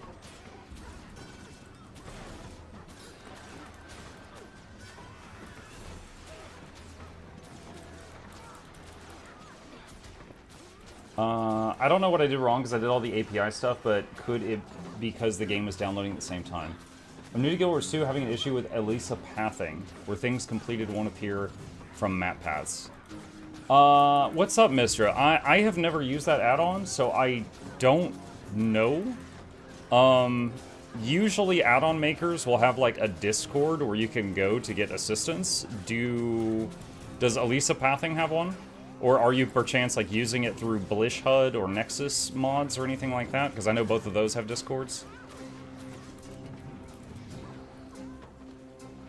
Doctors passing around like a potato is a sort of discrimination. Yeah. Like, each of them, over the last 6 months, each doctor kind of tried a few things and then, like, passed me on to somebody else. Like, one of them was, like, a physical therapist. One of them was, like, what was it? Shoot, I forget the fancy word, but they deal with, like, nerve issues. They transferred me to someone that does, like, nerve stuff and things like that. So I got passed around to different ones. Neurologist, thank you. Yeah, that's the fancy word I forgot. Oh, ouch. Ballista hit me. The nervous doctor? Yeah, the nervous doctor.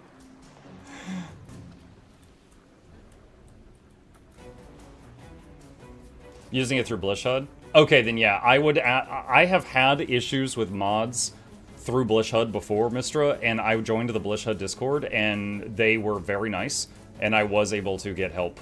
So I would recommend asking in there. Next is psychologist. I'm like, hey, my throat hurts, and they're like, you hate your mother. I'm like, what?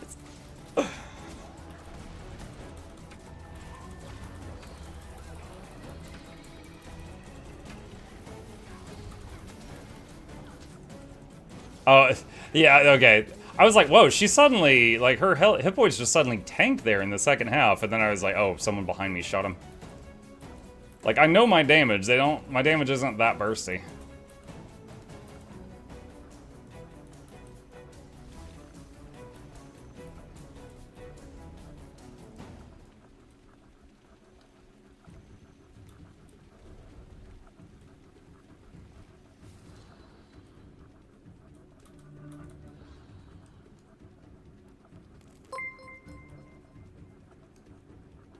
I'll grab my coat and get on the boat, out at sea reading the book. The words wrote were a spell to cure Muck's throat. Crap. Wrong Muck. Thank you, Celix. Yeah, I actually finished. Let me show you guys the next Warframe video. One sec. All right. That's the script. That's the part that is me talking during the next Warframe video. So I am planning to record myself reading this over the weekend, just because doing that on a weekday combined with 2 streams is a bit too much for my vocal cords right now. But, so that's my plan for Saturday or possibly Sunday, or maybe a mixture.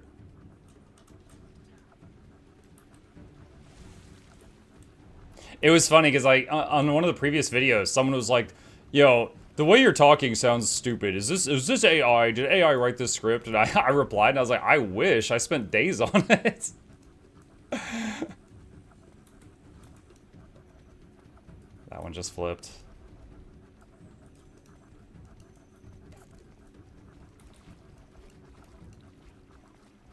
Nope, just little old me.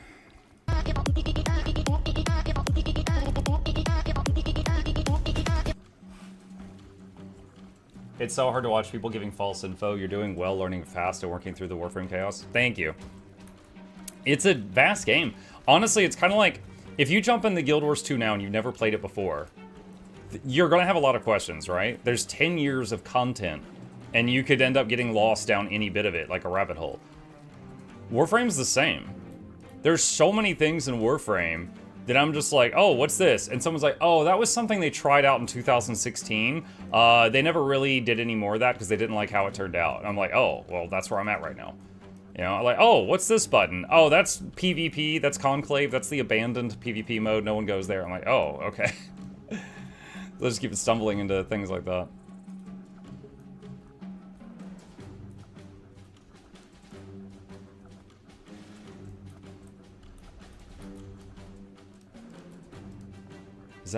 That's 3.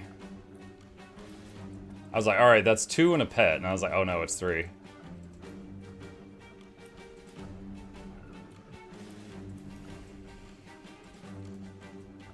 That's how it feels playing WoW or Elder Scrolls. Yeah, what's up, Valen? Yeah, there's a lot of old content there. Alright, this is a 1v3, so this is really stupid. She's a druid. She'll deal with nature.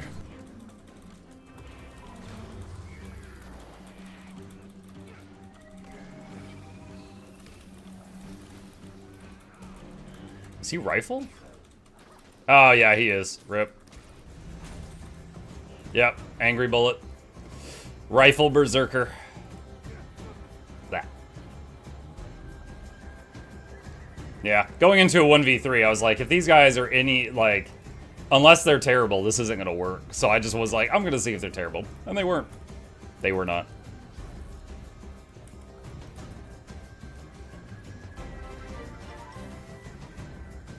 What is this gate? Oh, it's a dungeon. ArenaNet abandoned that in 2014. Yeah. But wait till you try Dragon response missions.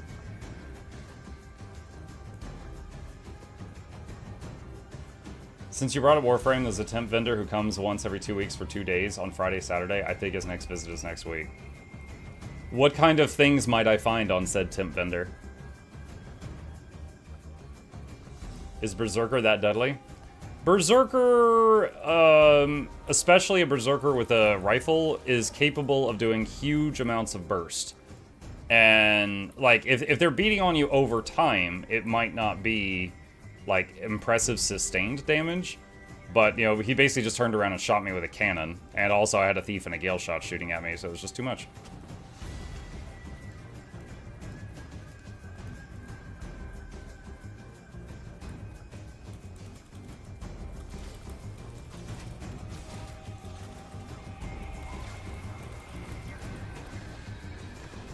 They came back. I was gonna see if I could pick off the slowest person, but they returned.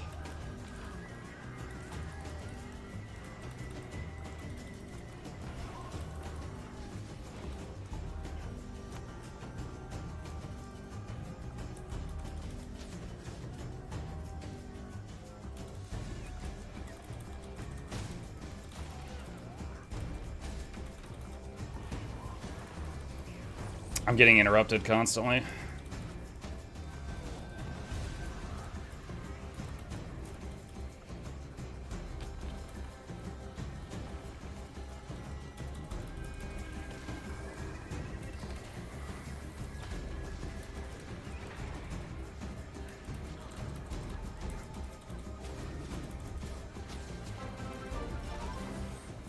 Yeah.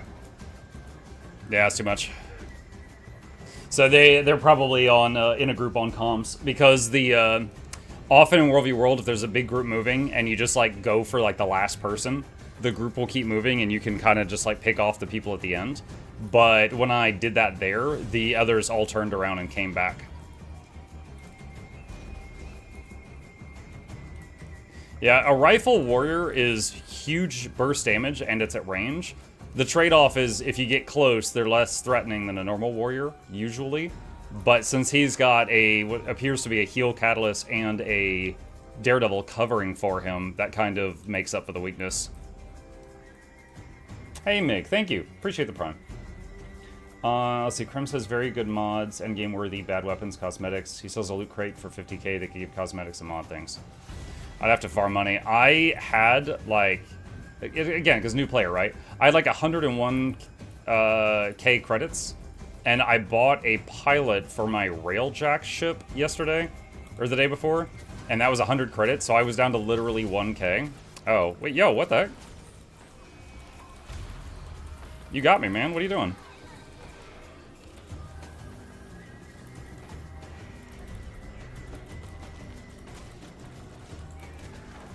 Rip.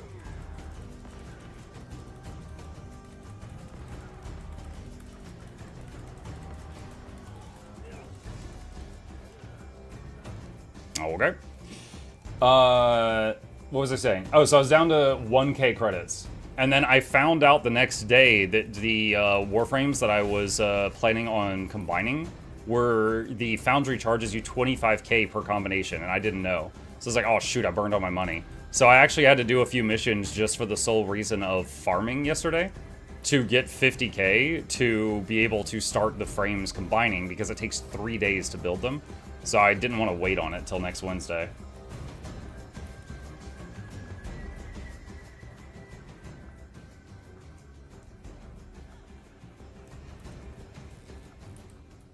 So I farmed enough off stream yesterday just to get enough money to start those 3-day combines going.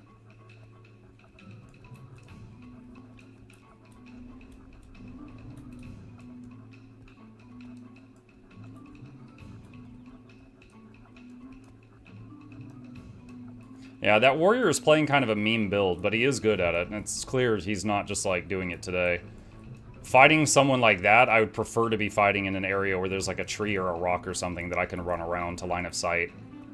Because, like, each time he shot me, it was, like, half my hit points.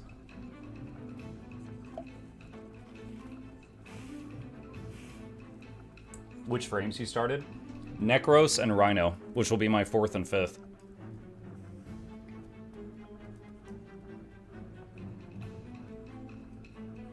How do you pronounce GW2riday? GW2riday.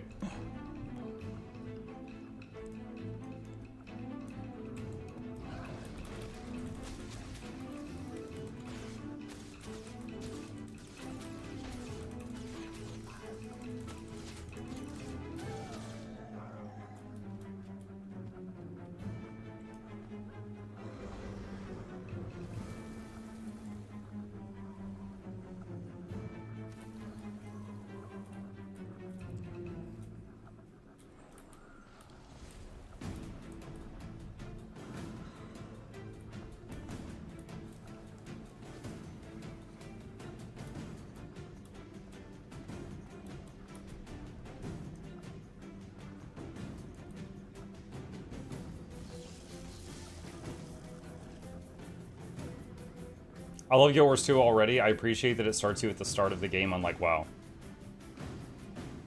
It's been some time since I've played WoW. What does that mean? That unlike WoW, like you're saying WoW doesn't start you at the start of the game?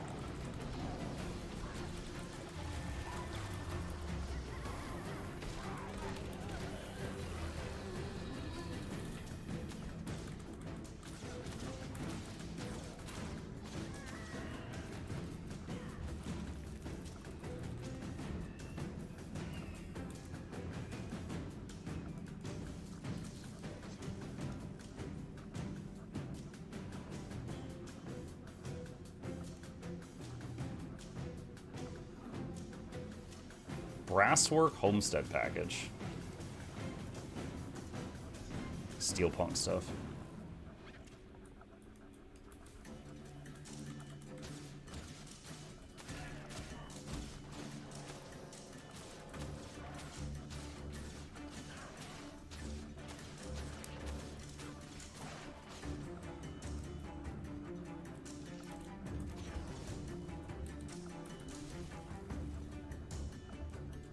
Guild Wars 2 will forever spoil me with voice acting on everything.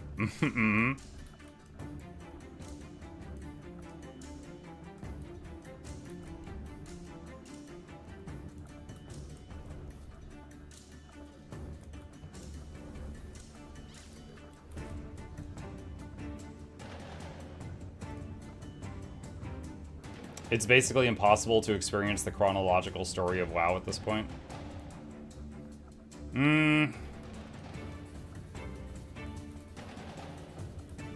Yeah,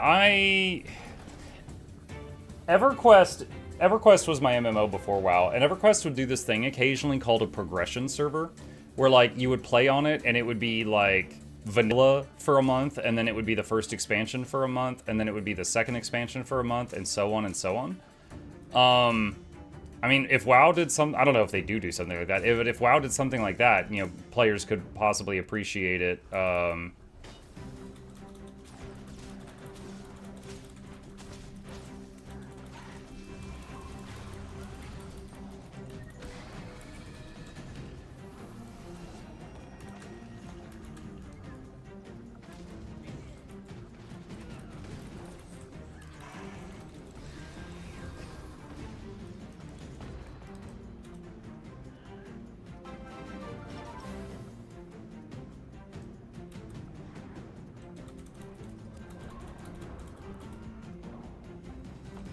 Too much damage.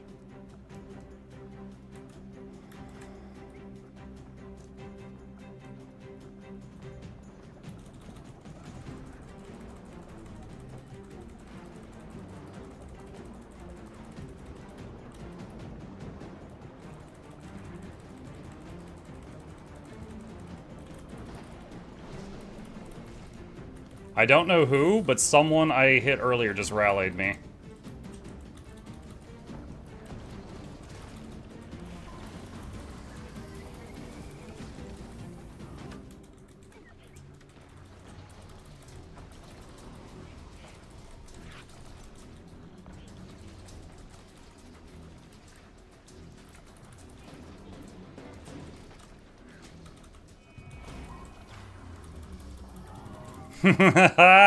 The unexpected turnaround.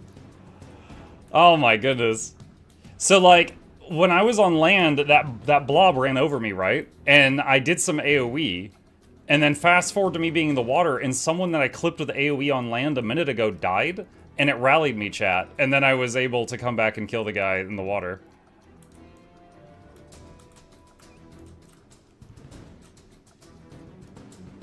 You had like 4 pixels of health? Yeah, I mean, I thought it was over. Like, I often do well in the water, but I took too much damage from the start of that encounter when the blob ran over me.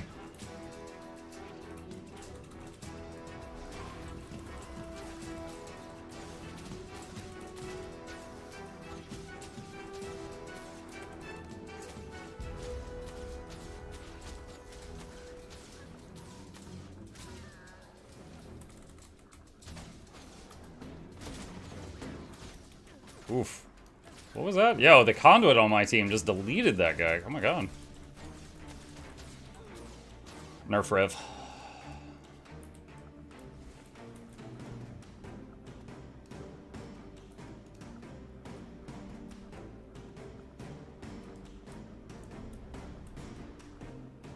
Either he stealthed or waypointed. There was a guy over here a second ago. I didn't see his class in time.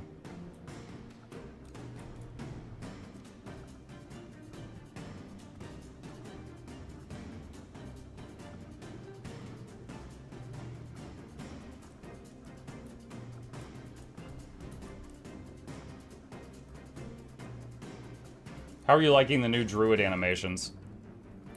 I mean, what's the new animation? I guess like staff 2, when he just raises the staff up? I think that's the only new animation that I've noticed. The other skills that they changed are... I guess the Astral 4, he does like a little stomp, because like he used to just hold his hand out in front of him while he was doing it. Hope I don't get jumped in the next 10 seconds. I just burned all my Astral for that. I will say I'm quite happy with the staff and the astral changes. I think they're a really good quality of life. Like, it feels good to press those buttons now, and it did not used to.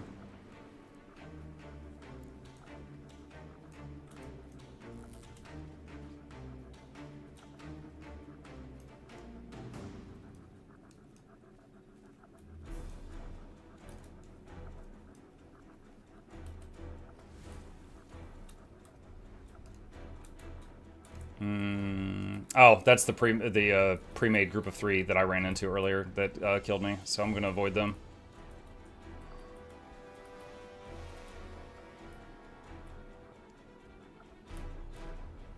Look, are you winning a World v World today? I've won more fights than I've lost, but I have lost some.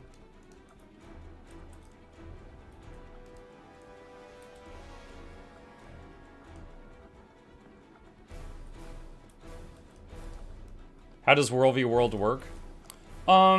It's basically just like a big play area, and you're put on one of 3 teams, red, green, or blue, and you could fight other people. You could take camps. Now, camps are very lightly defended, and one person can take a camp. And, for example, this over here is a camp. I'll just show it really quick. So there's like a few NPCs there. You kill them all, you stand there, you capture it. And the camps send out dolyaks, which are like supply runs, to nearby buildings. And if the dolyaks reach the buildings, they will deliver supplies and slowly level up the thing. This is a tower. Towers, in general, are kind of like a 5-man group activity. So you break down the gate or you break down a wall, and then you come up here and you kill the Lord, and then you capture the tower for your team. Then there's keeps. That massive structure there is a keep. Keeps are more of like a larger squad. You might see squads of like 10 to 40 people capture a keep, and they will try to kill the Lord and then capture that for their side. It's like right now you see blue starts here, green starts here, red starts here. Green has pushed out and has also taken the castle in the middle. And people basically just try to capture things from each other, which, you know, ends up being big fights. Every time this timer counts down to 0, everyone in the map gets rewards based on their participation. It's really easy to keep participation maxed out, which is at level 6, because it will give you participation for interacting with almost anything in here.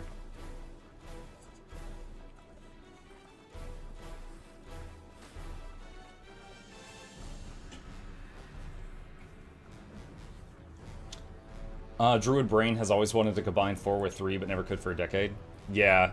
The fact that the 4 now just, like, runs on... Oh, hang on.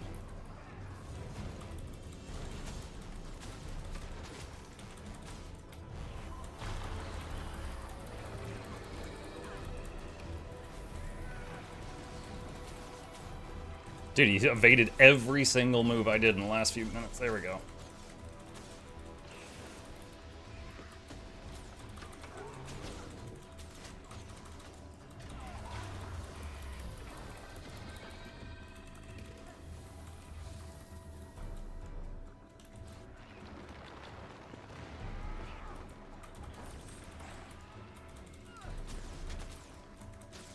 I thought I got them up.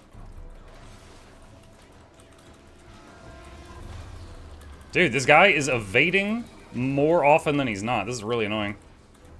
You should not be able to be invincible while you're killing people.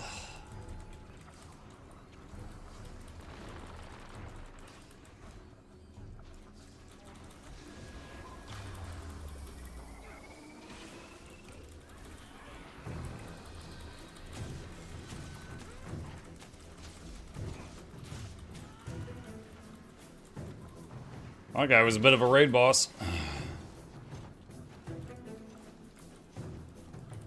Let's see.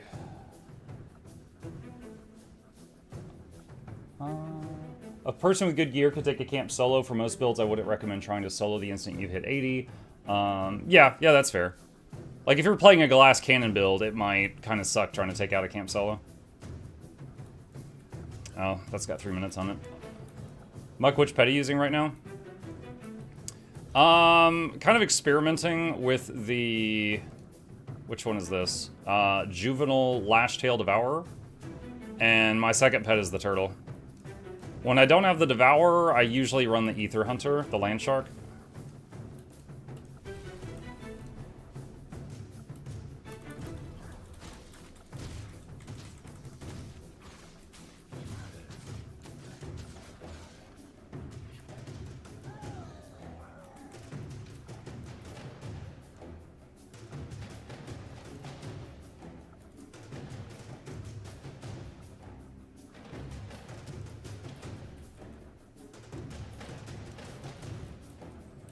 Why the Devourer? So I've been experimenting with this trait right here called Arachnophobia, and it's a buff to spiders and devourers, and it adds torment to their attack. When the Devourer attacks, its attack is called like twin darts, and each of his 2 tails shoots a dart. So because it does 2 hits and it does bleeding, it does 2 bleeding and 2 torment every time it hits an opponent. So for a pet, it's actually good damage that adds up pretty quick. So he's constantly just throwing those at the opponent, which is just some more pressure. And the second reason is because it's ranged, and it also has a move called Devour Retreat, where he like goes underground and pops up further back. So he will try to stay out of melee combat, which is nice when I'm fighting things that like instantly cleave my pet to death in one attack.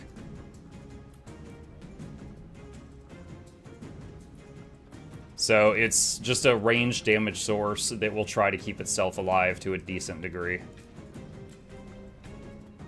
Is Condi Druid hard to learn, like, to be a DPS or not? It's not terribly complicated.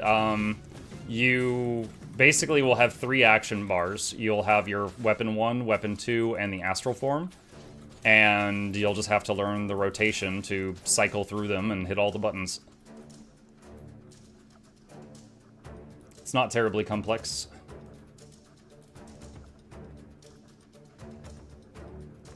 World v World used to look boring to me, but after playing it, it's so much fun. Yeah, the very first time I came into World v World, I was one of those people that came here just for a gift of battle, and I hated it. I was just like angrily repairing walls for 8 hours. But when I actually like tried it and ran around and like joining people, I started having fun. And the me now enjoys solo roaming.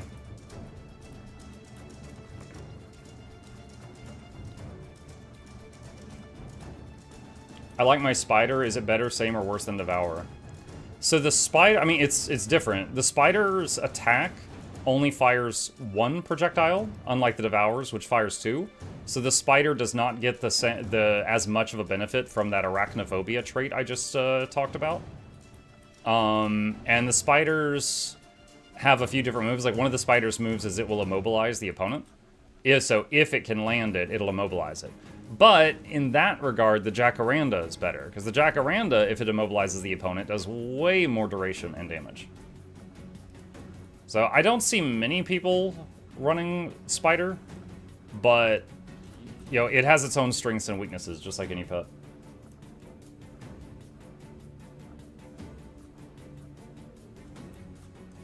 Angrily repairing walls. No, it's true.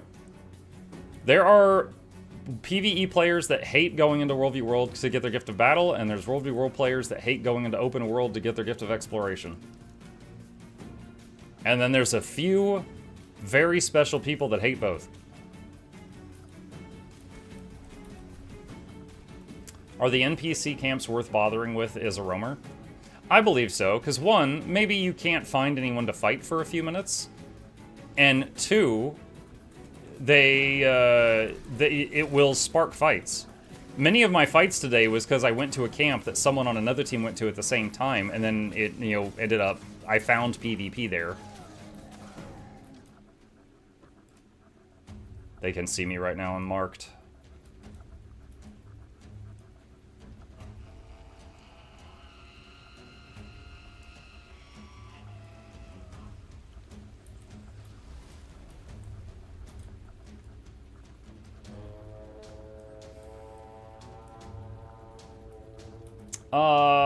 Hot dog, the answer to your question is that. The thing that I just put in the chat.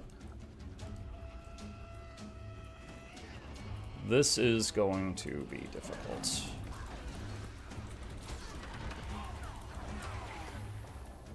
Alright.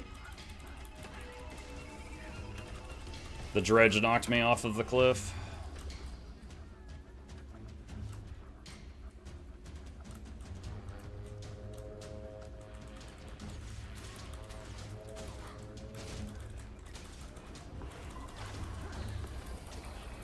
So my AoE abilities hit 5 targets at a time, and right now there's like 10 here, which is why I said this is going to be difficult. Because there's just a lot to chew through, and these dredge will spam you with CC, which knocks you around. This is annoying.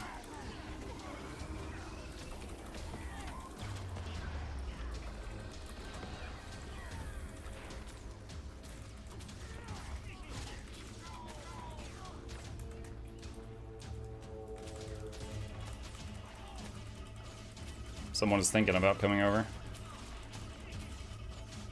He's jumping up and down.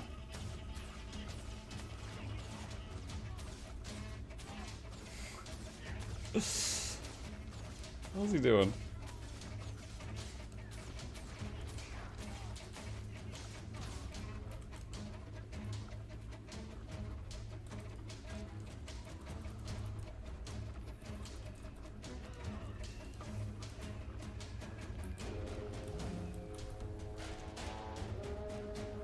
Even though you can't use the in-game music, the music you've chosen fits the game perfectly. Yeah, this technically is in-game... Oh, this guy. This is the bullet warrior.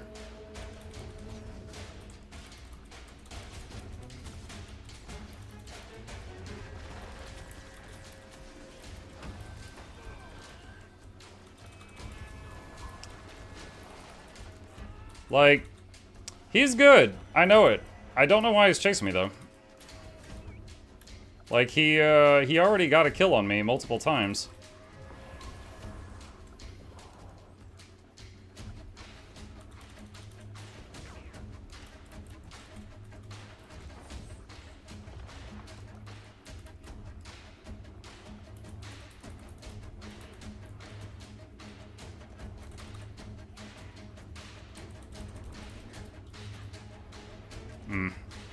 I was going to try to take the fight in the water, but he didn't want to do that. The most terrifying foe, man with gun. Yeah. I mean, he, like I said earlier, he's playing kind of a meme build, but he is good with it, so he's clearly done it for a while. But yeah, the angry bullet, or whatever it's called, hits me for like 15 to 16k, which is almost my full hit point bar. So, it's a very rough fight. It's like I have to heal in between every attack.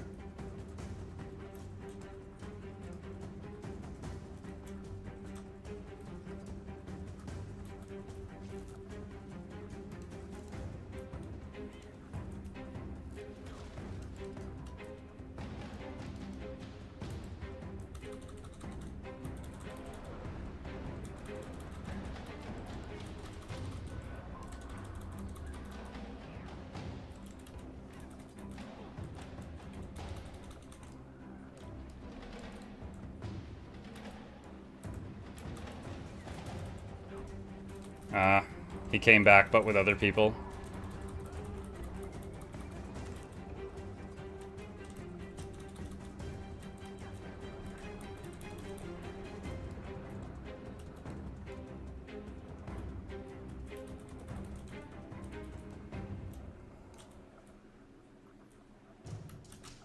Yeah, in the water, I can fight him and this other warrior at the same time. Out of the warrior, I'm not even sure if I can fight. I'm not even sure if I can fight just him.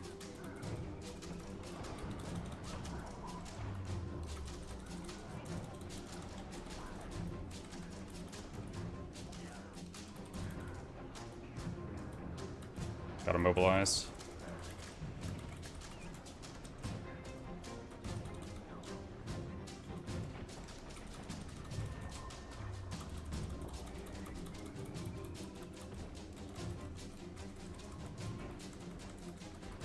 Got the Virtuoso. Where'd the other guy go? Did he run? I think the other guy might have dipped. The Paragon. Are you using Leggy weapon under the water? Yeah. I have both the Leggy spears. That's the Leggy harpoon gun, and that's the Gen 1 Leggy spear. Got the Leggy, wait. Oh, that's where the fins aren't rendering. See, I've got the legendary rebreather also, but the fins aren't showing up right now. Hang on. See if I can wake it up. No, that's weird. It's not showing them. Huh. It's like, the graphics like bugged out right now. Usually the legendary rebreather gives you like a shark fin on your back and your arms. But it's not doing it right now. I'm not sure what's up with it.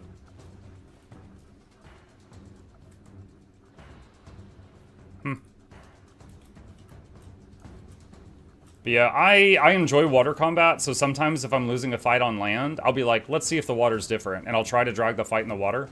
And some people will take the bait and I win, and some people take the bait and kill me, you know? But it's another option that I like to try if I have the opportunity.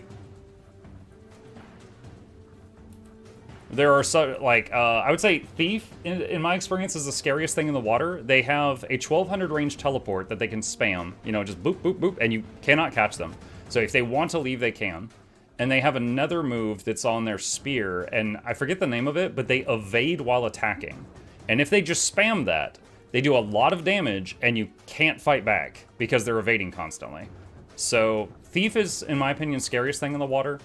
Elementalist, the lightning cage that they can put around you in the water is quite scary. It's almost like a Dragon Hunter Elite, you know, the maul. Oh, she went invisible right when I hit fire. There she is. Troubadour, first Troubadour we've seen in here today.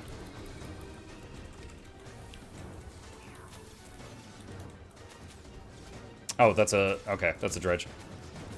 I saw another hit point bar come around the corner, and I immediately just went defensive because I didn't know if it was a player, but it ended up not being that. Ow. Yo, her downstate. Ugh.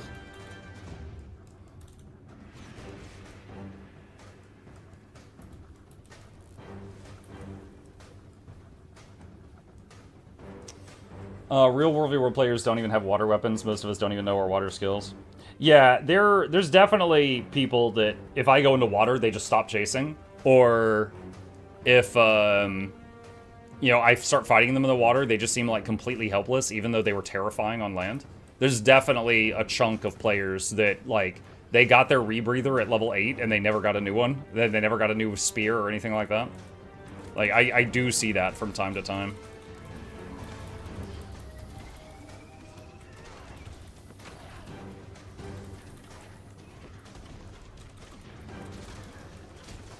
If I can ask, what do you suggest do for the first time in World v World with a friend or without?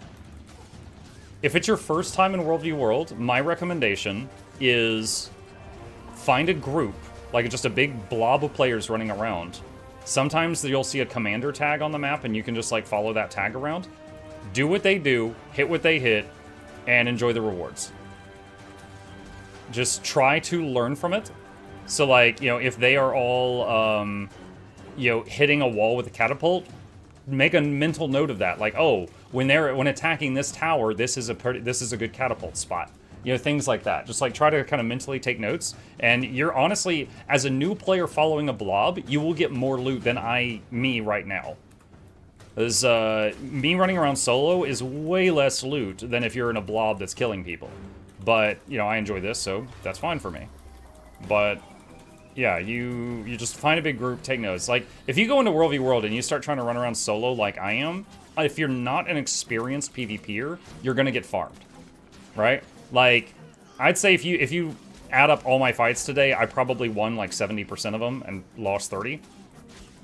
But if you don't have any PvP experience coming into World v World, you're gonna have a bad time if you try going around trying to just, you know, be a solo enjoyer. So yeah, that's my recommendation. Find a blob, follow them, learn from it, enjoy the loot.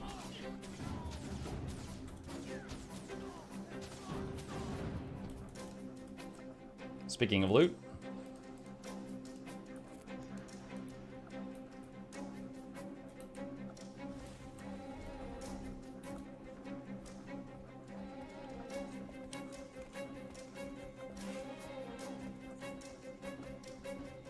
He's talking about me. I have 3 Leggy armor sets, 12 Leggy weapons, and the level 80 yellow rebreather. Here's a random tip for the new bloods in the chat. Listen up. When you are on land, you have your runes, right? Rune of the, like I've got Rune of the Trapper on these 6 armor pieces. When you are in water, your rebreather replaces your head item, your hat, your head item. So that means if you don't have the same rune on your rebreather, when you go underwater, you lose your 6-piece rune bonus. So if you are ever going into water with your build, put the same rune on the rebreather that you have on your hat.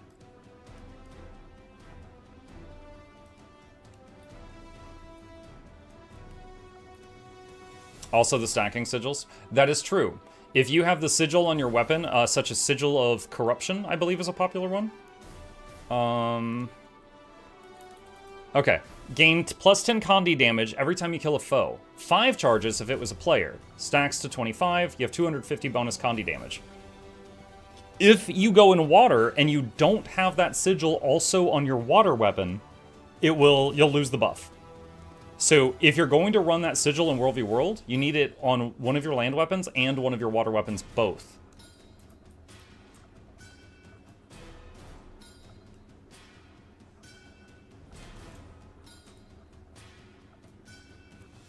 By the way, I want to show you guys something. This is my favorite ranger underwater ability. It's called Surging Maw. It's the spear move where you surge forward like a shark. And it has 1200 range, and when you basically zip forward and you hit at the end of it. But if it hits someone, they get bleed stacks based on how far you traveled. So I'm about at max range here. So like, watch this guy. 17 stacks of bleeding. So if I'm fighting someone in the water, if I'm able to, I'll like back away from them and then just like charge back and slam back into them a moment later like I'm jousting. But if you're a hair out of range, it won't hit at all. If you are closer than needed, it will hit for way less damage. So it's really, really fun when you can get it off at the max distance and then just, boom, huge stack of bleeds.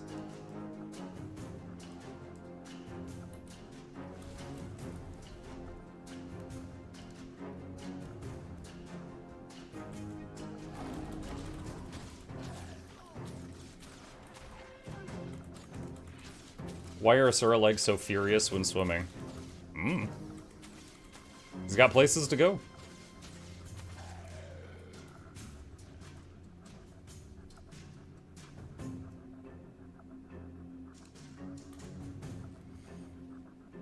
Leg day is every day. That's right. I mean, Asura's run at the same speed as Norn's, right? We have to try much harder to match that. Burning calories over here. Mug, do you believe in Santa Claus? Do I believe in Santa Claus?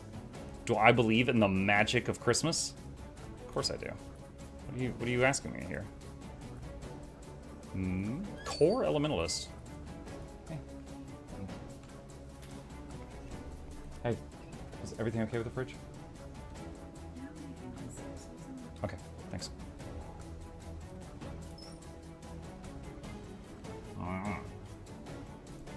Peanut butter jelly time. Oh, wow. Chad, is anyone hungry? Holy crap. Dude, those aren't even different ones. They're like all the same. Jesus. 5, 6, 7, 8, 9. That's 10 ascended feasts. That's crazy. Now, I'm not using it because I'm using a very specific food buff and there's a reason for it. But that is crazy. Dragon Hunter. Yo, what up?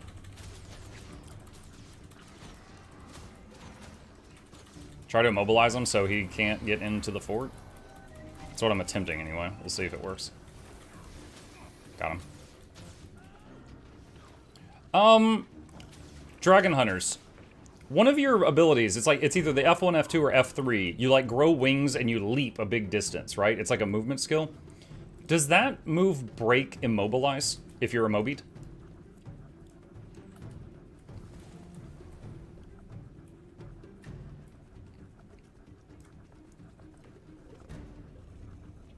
Okay. Okay, cool. I have learned a new thing. I couldn't remember.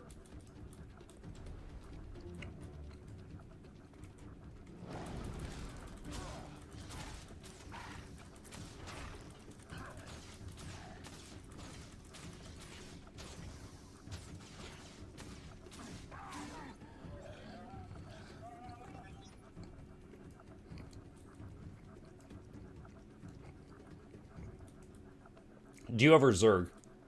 I assume you mean in World v World and not, like, for the Swarm.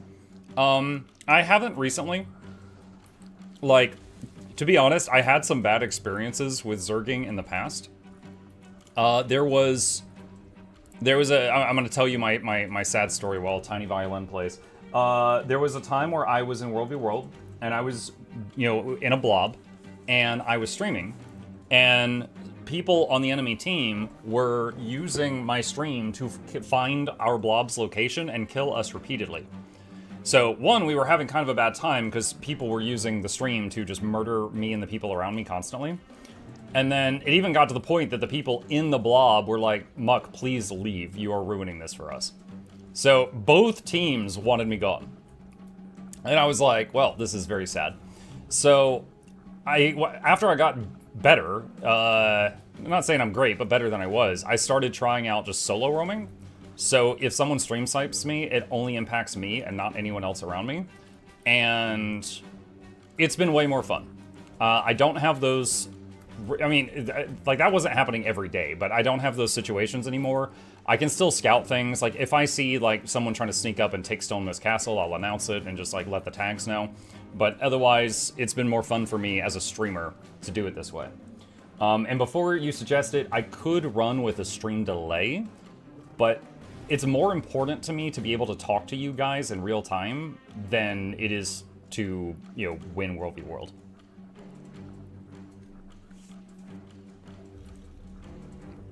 And that's it.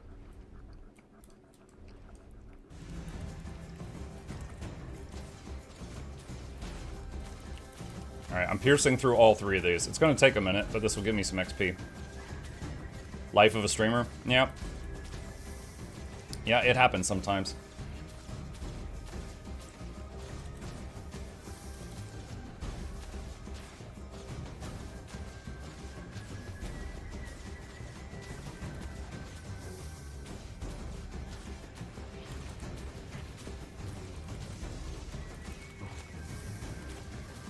Mark, what if a friend of mine asked me, what is the easy playing class for the first 3 expansion? Has it to which class you suggest then? An easy class to play? I would say Guardian, Necro, Ranger, maybe Warrior, all have reputations for being super straightforward. If I understood your question correctly. And then, of course, there's certain builds as well. You know, like Pistol Thief, super easy. Auto Attack Hammer Guardian, super easy.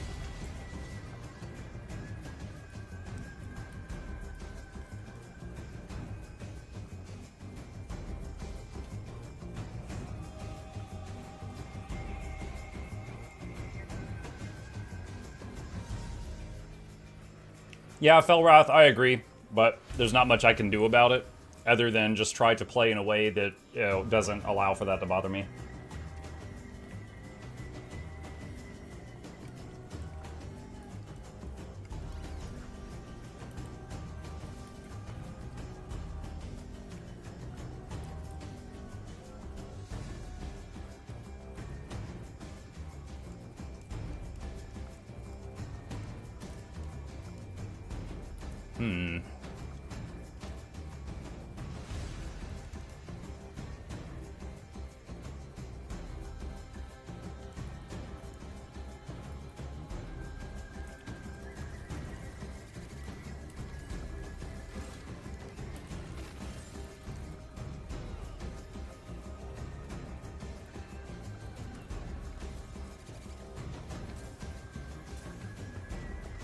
Does ANET frown upon stream sniping?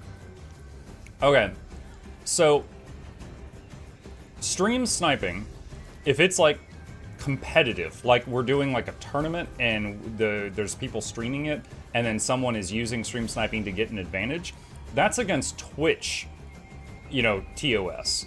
But catching people and being able to definitively say that they were doing that is the hard part. Now, what I'm doing now is not competitive. This is just casually playing. I'm sure that ArenaNet would frown upon it, but I don't know that they have like a firm thing in place. Now, if someone is doing something in World v World that would constitute as like harassment, like imagine every single time I respawned and every time I left the keep, no matter which direction, a group of players would kill me and they were using the stream to find me and do that over and over and over. I could probably report that if I wanted to, and just be like, you know, this is harassment. These guys won't let me play the game. Because like, there's a difference between someone killed me twice in PvP and someone actively prevented me from being able to get out of respawn for an hour, right? But that would be a case-by-case basis. But if you had it recorded and sent it in, I would say they would probably act on it. But it would definitely be like a case-by-case thing. Because they would have to judge, was this just PvP, or were they going out of their way to ruin your experience? I hope that made sense.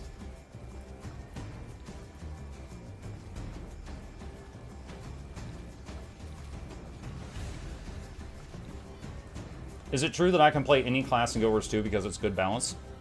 The balance of the game isn't perfect, but every class has a build that can do almost everything. Like, you can be a healer as a warrior.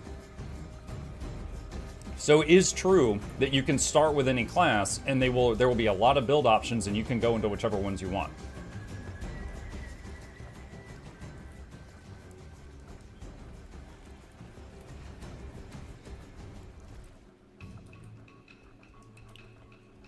Almost done with my sandwich.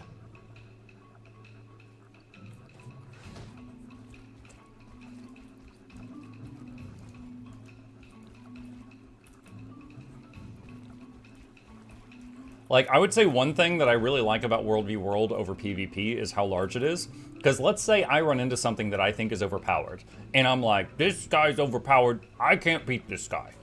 I can go somewhere else. That to me is one of its biggest strengths. If I run into someone and I'm like, I don't have a chance, I can go somewhere else. You know? In PvP, you're trapped in a small room with the people. So if you don't have a chance there, it's like, oh man, I'm just stuck in here with this guy until the game's over. You know, I'm a hostage for 15 minutes. But in World v World, you know, it's huge. It's a big area. If every time I leave base and I go to the green side, green just murders me, I'll go hit red. Or I'll swap maps, you know?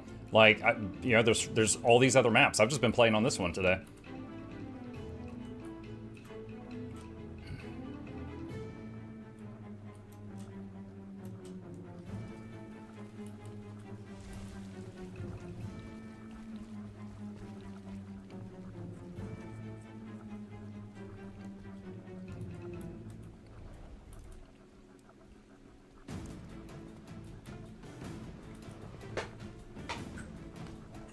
Alright.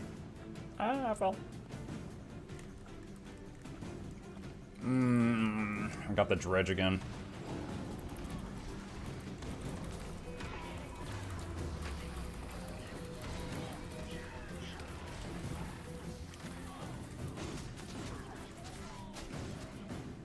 Got knocked down. As mentioned earlier, the dredge mercenaries have a knockback attack that they really like to spam, which is very annoying, but not lethal unless someone else is hitting me at the same time.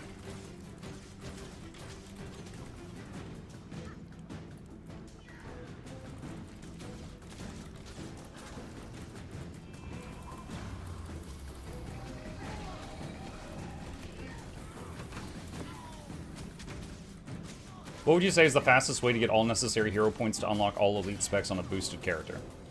Okay, if you've ever played World v World before, and you have some World v World currency, you can buy the hero points.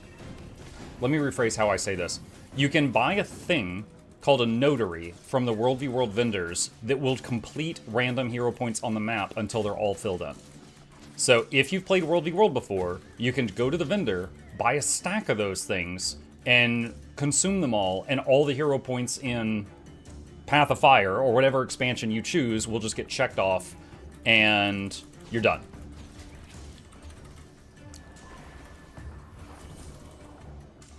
That's rough. Okay.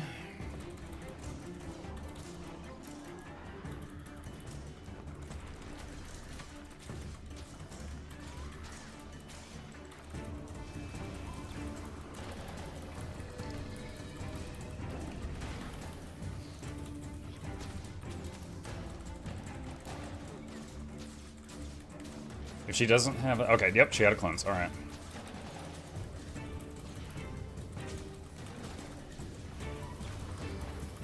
Three greens here now. I'm at a distinct disadvantage. I will keep doing my best, though.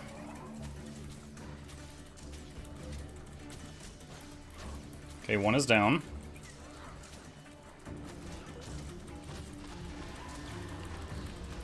Trying to cleave and make sure that the Necro dies.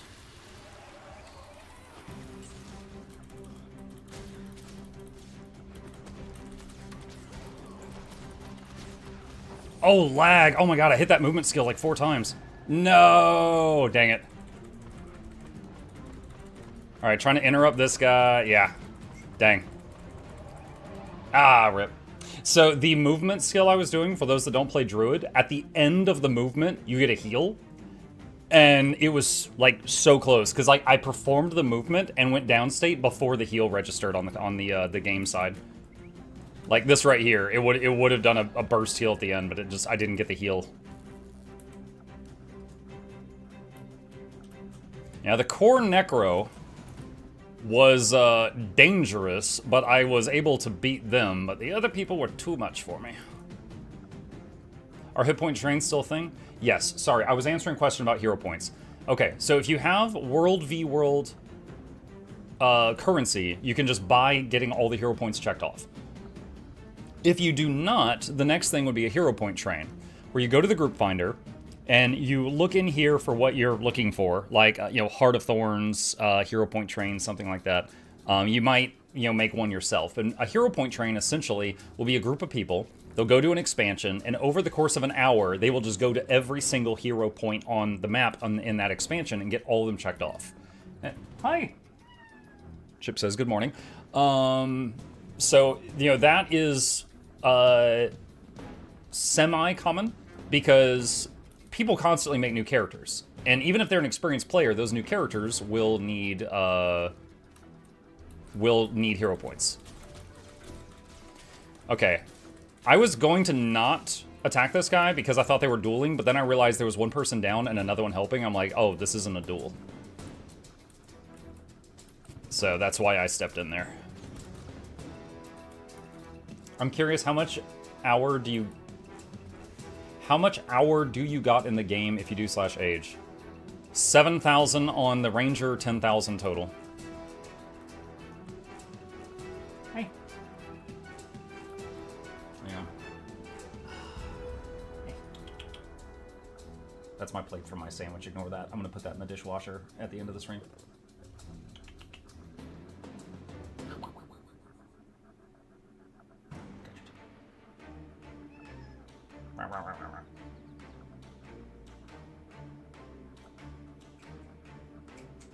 Hey, don't fight the cord. Dum-dum. The orange brain cell. He's like, oh look, an electric cord. I'm just gonna chomp this.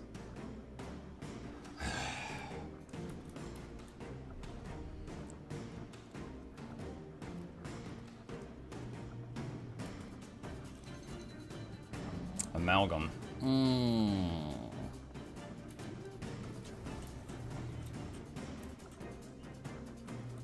Is he AFK?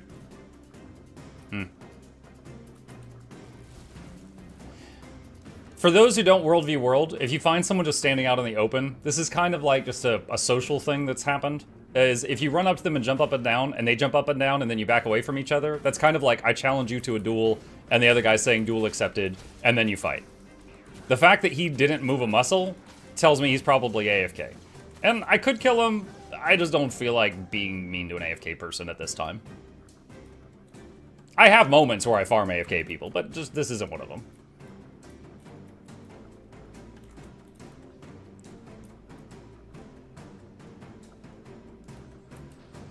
Virtuoso. He was moving a second ago. Yep. He's good. Okay. Alright, he's reflecting projectiles, so we're going to use non-projectile attacks.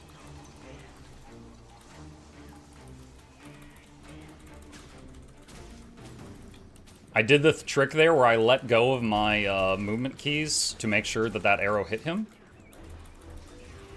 I'm cleaving this guy. I want to hurt him too, but my main goal is finishing off the downstate.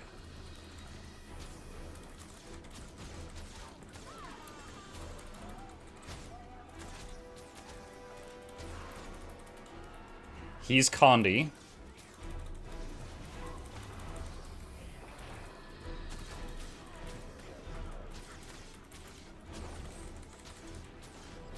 If he... Okay. So even... There he is. I was going to say, he is going downstate. But if he doesn't have a... sorry, I was saying he was going stealth, but he needs a cleanse to survive. Is he? Okay, he's... I think he's dead. Hey, Thieves, I got a question for you. If you're downstate, is it possible to port through one of those teleporting doors? I actually don't know. I know a Mistform Ellie can. I don't know about Thief.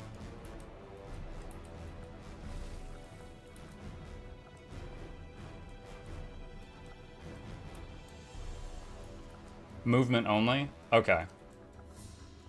So for any, like, new people, Elementalists, Thieves, and Mesmers, when they're downstate, they have an ability that they can use to move themselves.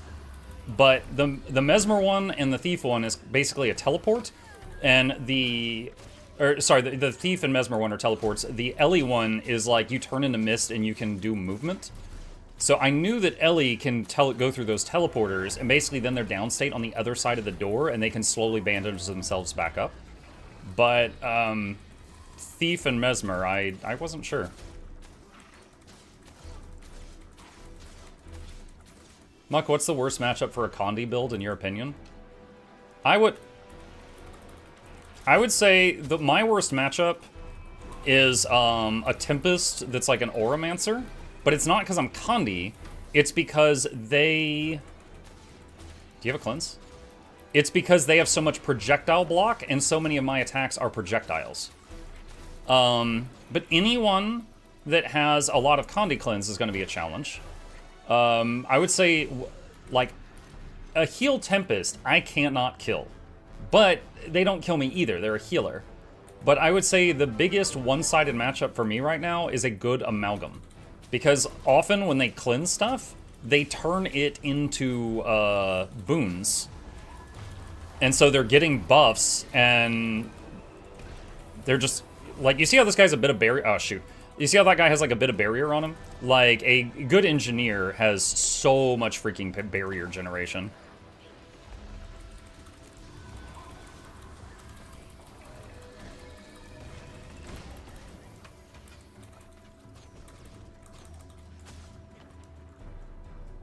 Okay, kiting time.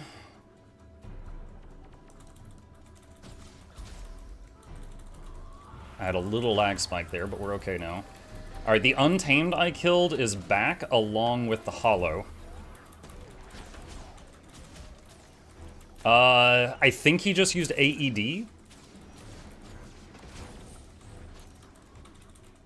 AED is a healing skill that you use it, and if you die in the next few seconds, you get a massive, massive heal.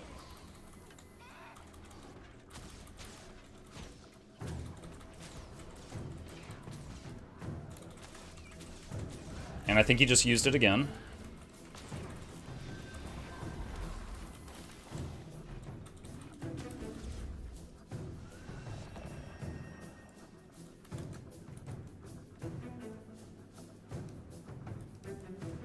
So there was more red people I saw in the distance, and I thought they were going to join the fight, which is why I disengaged. That 1v2 was going okay for me, but more than that, I would have buckled.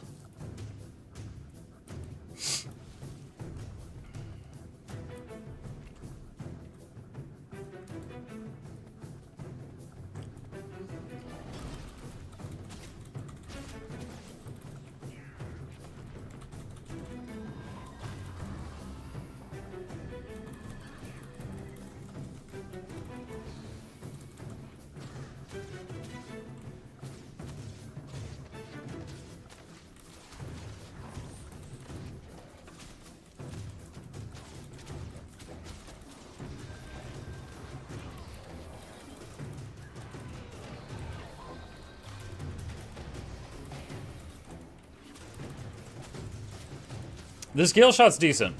I told you guys earlier that between me and a Gale Shot, it's kind of like, if I can get close to him, I win. If he can kite well, he wins. It's all about range. And he is dropping, but he's doing better than any Gale Shot I've run into today at the keep away thing.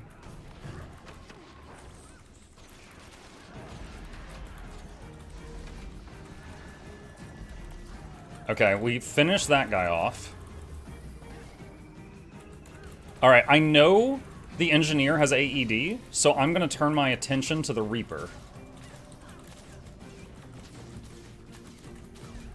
Siege Bubble to try to... Nope, that's not working, that's not working. Okay.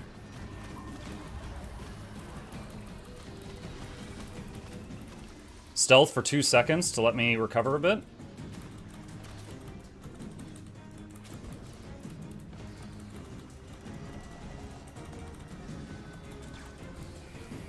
Okay, the Reaper did die. Trying to use this cliff edge to line of sight a bit to block some of his shots.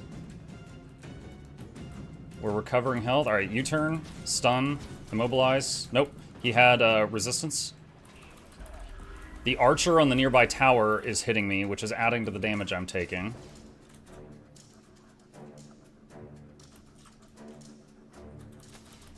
Entangle, he dodge rolled it.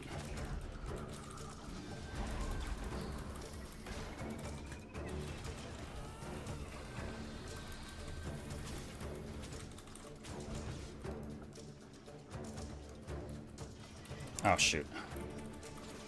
Wait, is there 2 Gale Shots? No, Troubadour's back. Okay.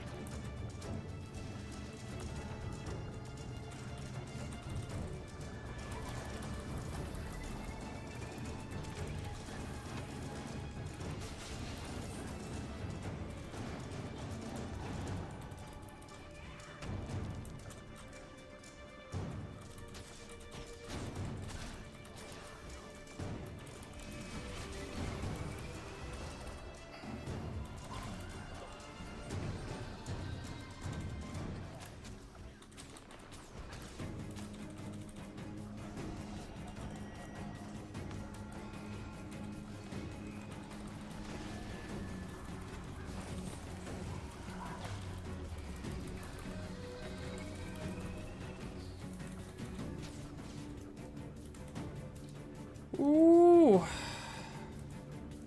So, this is not looking good. I think individually, I'm fine against any of these people, but there's a lot of them now. Oh, it's a Ratmancer! I haven't seen a single one of these today.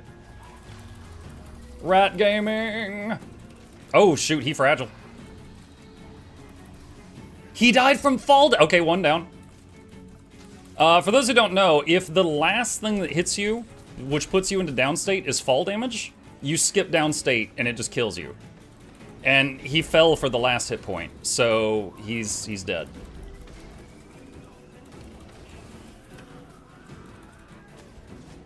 I might be dead here.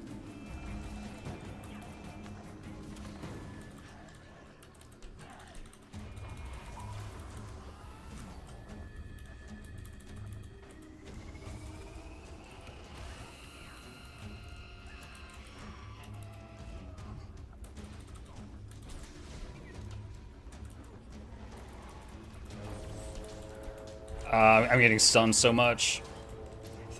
I think that's it, friends. Yep. Yes, it's too many. Well, that was like a 1v7, and we killed the Ratmancer. We got 1 kill. I do not go quietly into the night.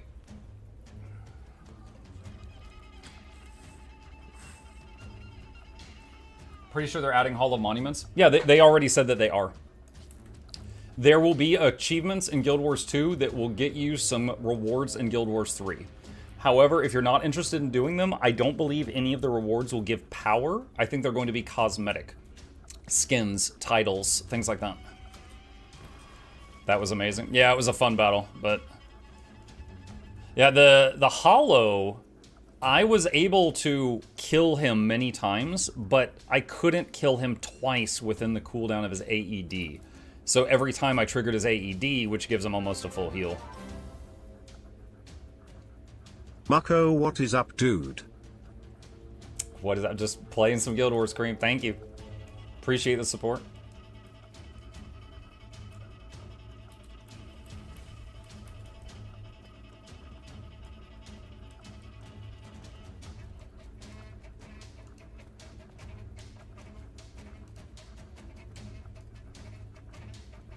What's your build? Someone just put a link in the chat. There's a link there for my Ranger. And I'm currently playing the Condi roaming build.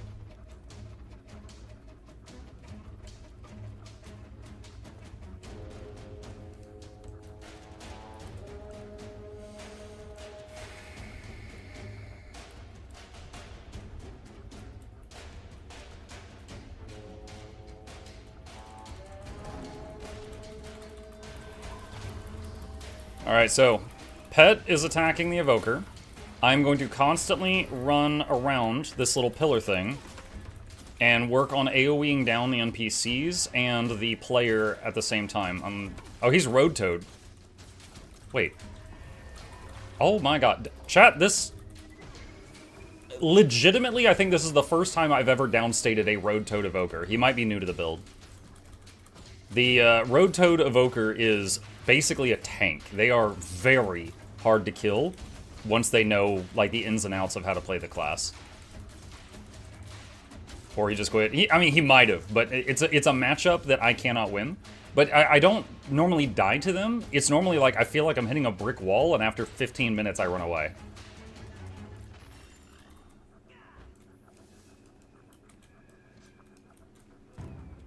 What's your favorite build in PvP? Druid, what you see me playing right now. Now, there's different versions of Druid, and I play with the talents and, you know, try different pets out and stuff like that, but this is my favorite build.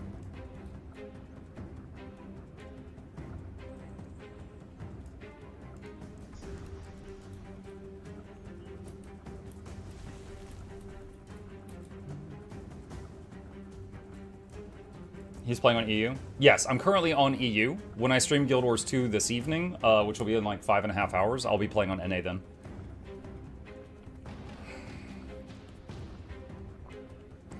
I agree, when I find Toad Evoker PvP, I just give him the node. Why even try? Well, what you just saw is why you always try. Like, that guy was Toad Evoker, but he wasn't experienced at it, so I was able to win pretty quickly. You never know. You never know.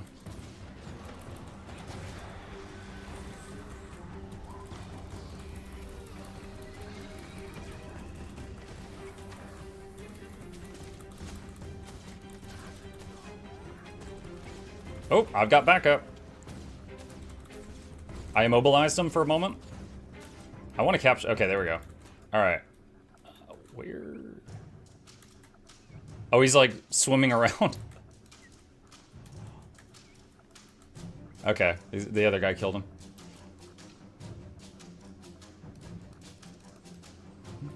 Do we have any news for Guild Wars 3? The most recent news was yesterday. They released two videos on their main YouTube channel about the music of Guild Wars 3. So that's on the main Guild Wars YouTube channel if you want that, but if you don't care, then now you know.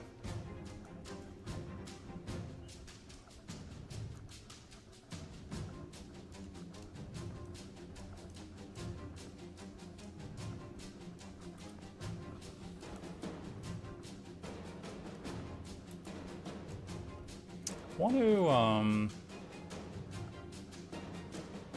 where's outfits? Is it Synergetics? No. What was the name of that one outfit that I wanted? It was like a hoodie, futuristic hoodie thing. I've been waiting to see when it's going to show back up in the store.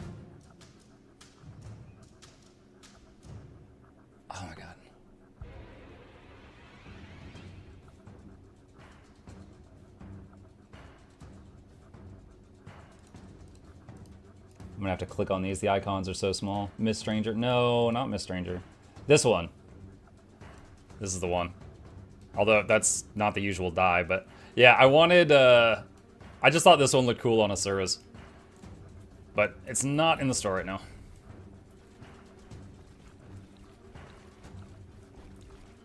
I love my wizard hat, but it makes me very identifiable in World v World, so I was looking for a incognito outfit.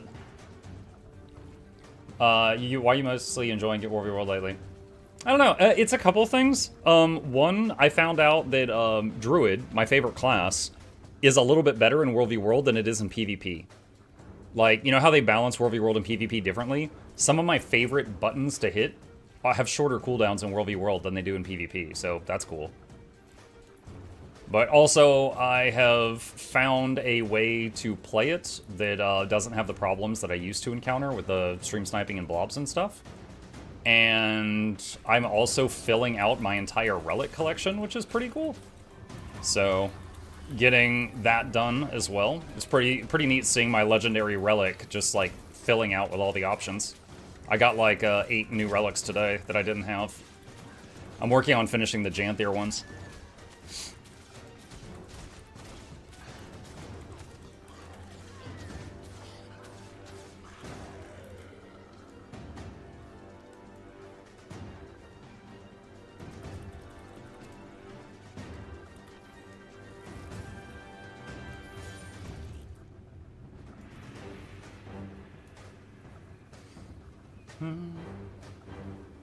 What was that one? The outfit?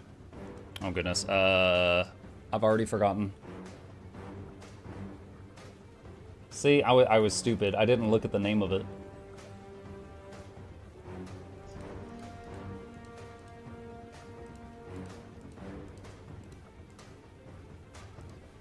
This is it. Dynamics streetwear outfit. That's what it was.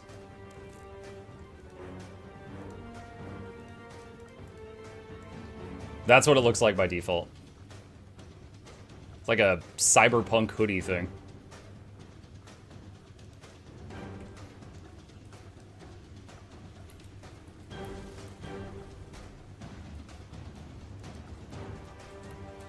What rank are you now? I'm a bronze champion. It kind of works in my favor, because, like, for the people that play World v World a lot and they actually pay attention to the titles, they see me and they're like, oh, it's a bronzy, he's new here. But I've played, like, you know, 10,000 games of PvP, so I'm a bronzy in here, but I'm not new. So the people that actually look at the titles might possibly get a false sense of skill level when they attack me. I don't know if it works in my favor, but I like to think that it does.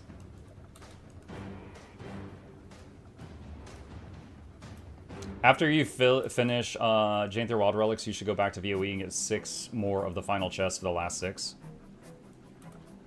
I'm not sure if they... Because I've had times where I had, like, boxes from VOE, and then new relics were added, and they're like, the boxes continue dropping, but they don't stack with the old ones. So it's like they did not retroactively go to the old boxes and add the new relics to them, so I don't know if that would work or not. Muck is smurfing. Not intentionally.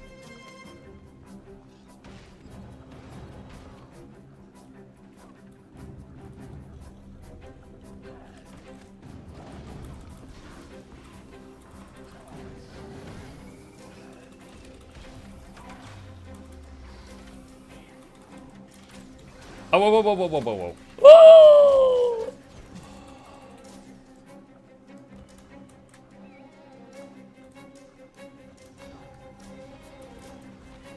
I'm in danger, ha ha ha ha.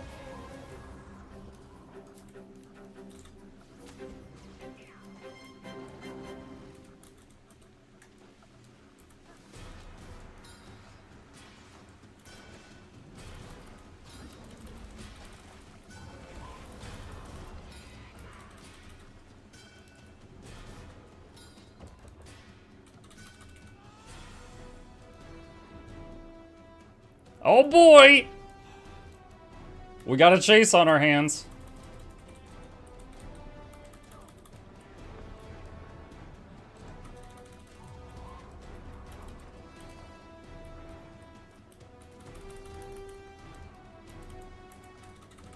Shark! Hum!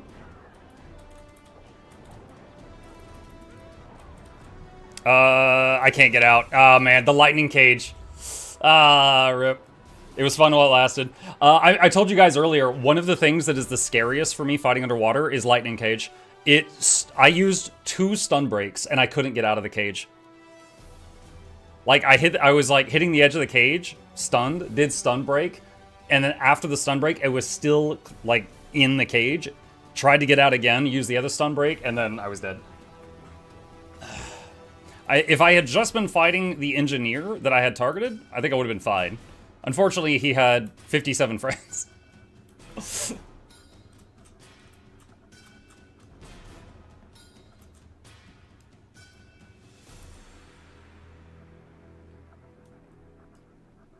You know what I think is the funniest underwater skill, chat?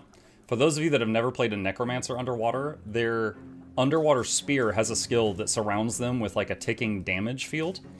And the tooltip for it says, summon a swarm of vampiric shrimp. That's a real thing. So if you're fighting a necro underwater and there's an effect going on that looks like a swarm of like bugs is orbiting around them, that's a vampiric shrimp.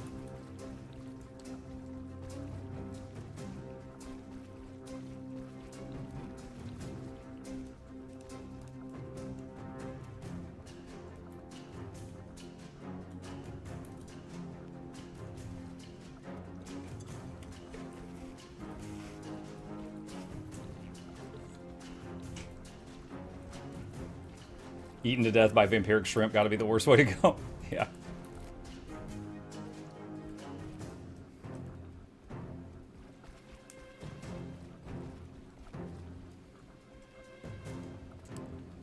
$20 to reset. Is World v. World resetting soon? Like, my stream ends in 20 minutes, and then I'm gonna be doing RL stuff. So, I never really... Like, I think the reset always happens when I'm not online, so I never really notice it.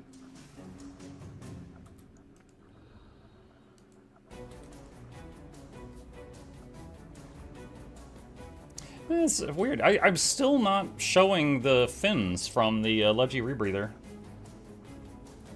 It's very odd. It's been like bugged out all day today. I want to test something. Attack that. What the hell? He's like, all right, I'm gonna disengage first.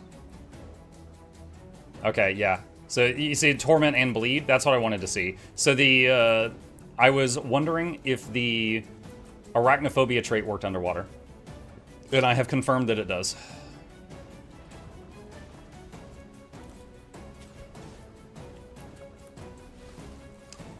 What RL stuff? Just chores, YouTube work, things like that.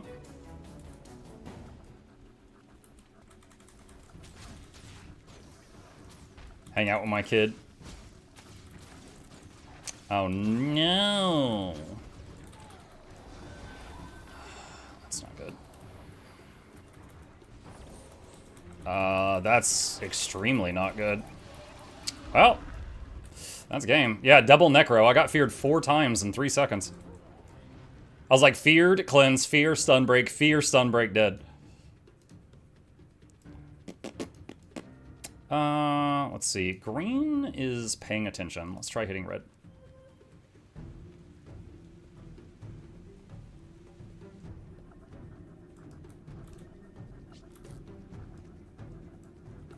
Yeah, since I have 2 stun breaks with my current build, but since fear is a condition, you can also get out of it with a condition cleanse.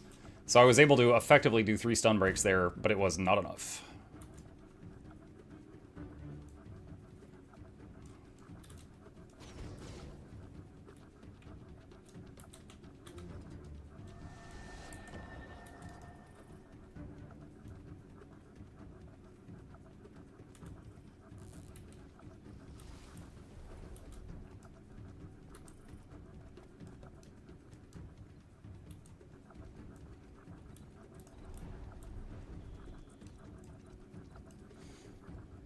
Muck, there's a sale going on for lounge passes. What would you say is the most useful one for a casual PvE enjoyer?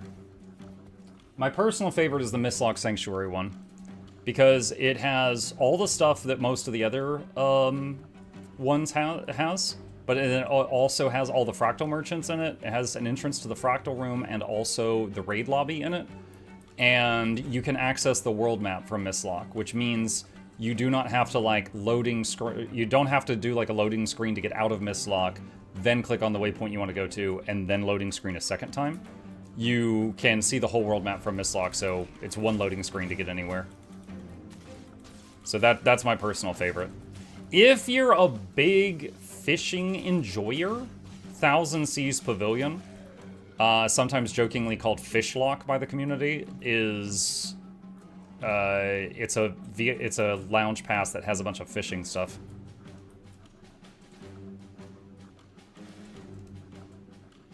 I'm just gonna pretend like I'm AFK and see if this guy attacks me. Oh, when he leaped forward, I thought he was going for the engage.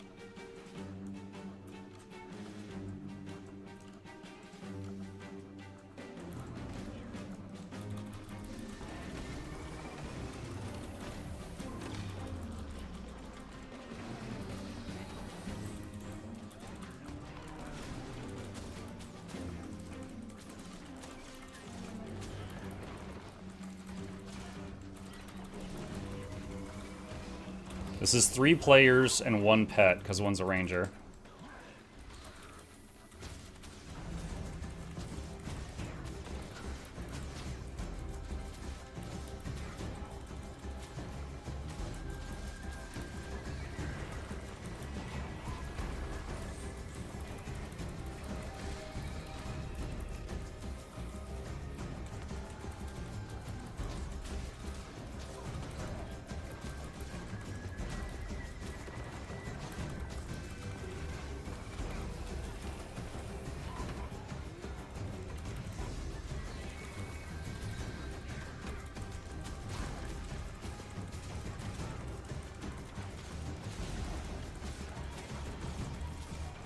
I'm trying to cleave this spot so that they can't revive, but wasn't working too great there.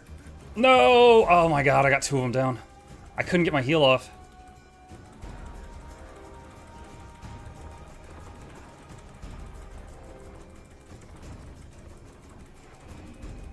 Ah, did you see that? He was 2%. I almost got the rally. Yeah, just there at the very end, I had 2 people downstate, 1 person was still standing, and I got like interrupted from getting my heal off like 3 times. Pet v pet? Yeah, that was 1 ranger and his 4 pets. That's right. Muck, is it worth it to play healing in World v World? It's if you find it fun. If it makes your brain make the happy juice, yeah. I mean, I would say, like, don't run around solo like I'm doing if you're going to be a healer. Find a group to stick with, but yeah.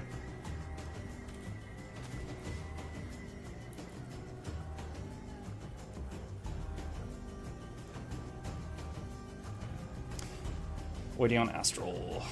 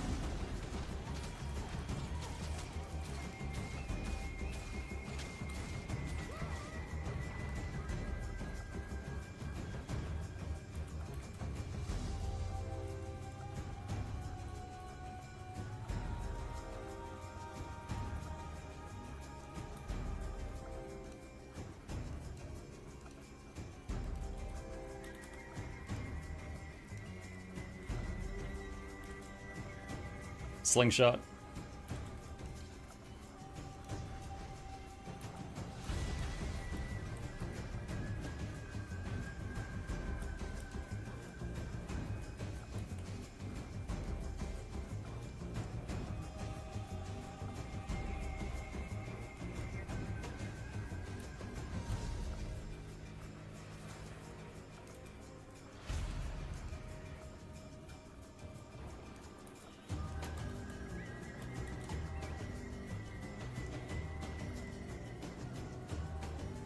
Is Gale Shot still good in World v World?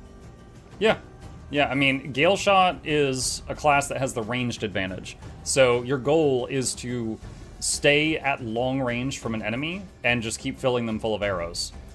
The enemy will want to get close to you, and your main goal is to not let them get close to you. If you can kite and do that well, then you will win. Do you need Ascended gear? No. Okay, if you have full exotic gear, and then you're comparing it to full Ascended gear, it's like the Ascended is 5 to 10% stronger. So, does it help? Yeah, it helps a little bit, but you absolutely do not have to have Ascended gear to play. Ah, shoot. I was going to attack that Necro, but 2 of their friends just showed up. Whoa, camera, hello.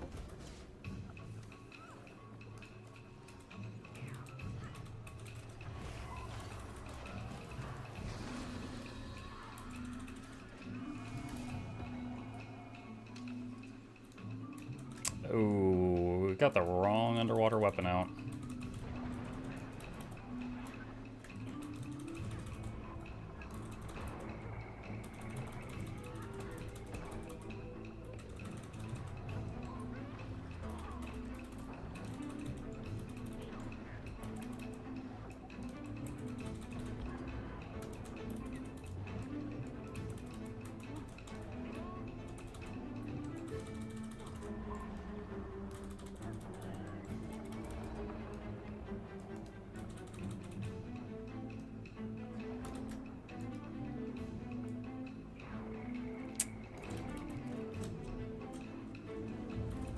Dude, I can't.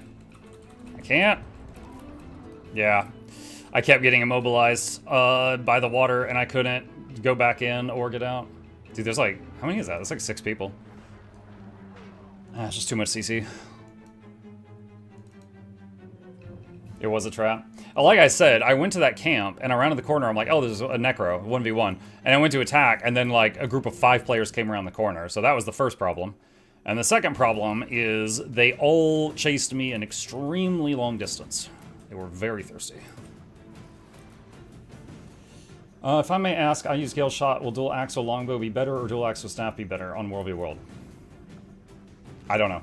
I don't enjoy playing Gale Shot. So what I would do for that is look at some Gale Shot build guides, like on Guild Gen or Meta Battle, and see what other people are doing. Copy one of their builds, try it out, see how it feels, and see if you want to change anything. That would be how I would approach that. I will say most Gale Shots I run into are using longbow with something, because I recognize the longbow skills and I recognize the airbow skills. The last one I fought today, which is not a great example because I killed him, his other weapon set was sword something because I saw him using the sword to travel. So it was like sword something slash longbow slash airbow.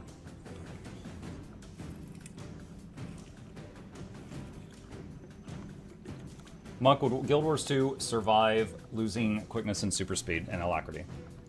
Yes, it would survive, but it would lose people.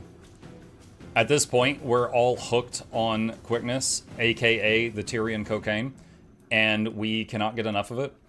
And if you took it away, there are many classes that would feel bad to play for people that played them with quickness.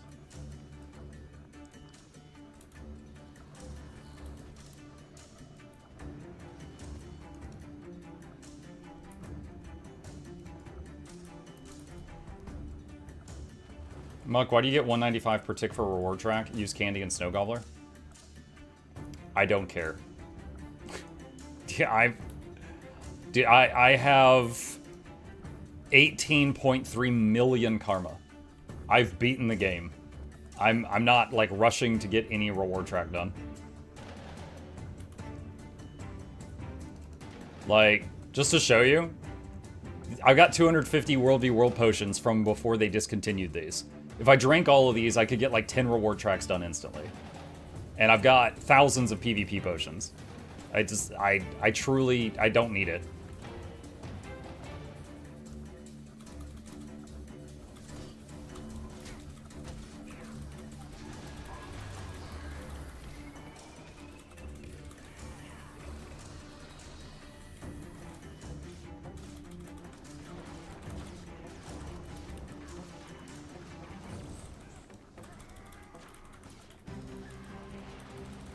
Oh, someone else is helping me.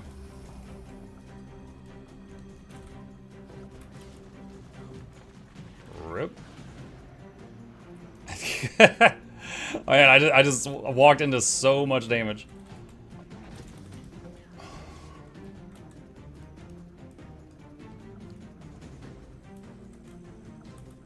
Yeah, like, if anything, like, buying snowflakes and candy corn constantly to use gobblers would actually be an expense for me. Because it's like, I've already got a stack of Gifts of Battle, I don't need more. But I think I would be losing money if I was just constantly using the gobbler right now.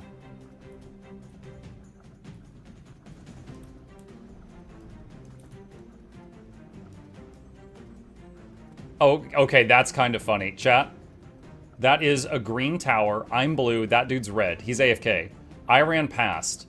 The green guards ran out to get me, but I went out of range, so then they turned and started beating on the AFK Tempest. Which is technically also my enemy.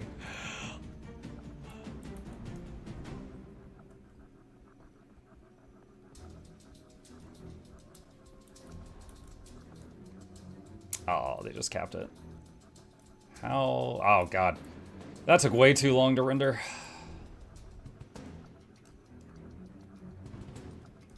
Alright, chat, we're going for the water. And we'll see what they decide to do.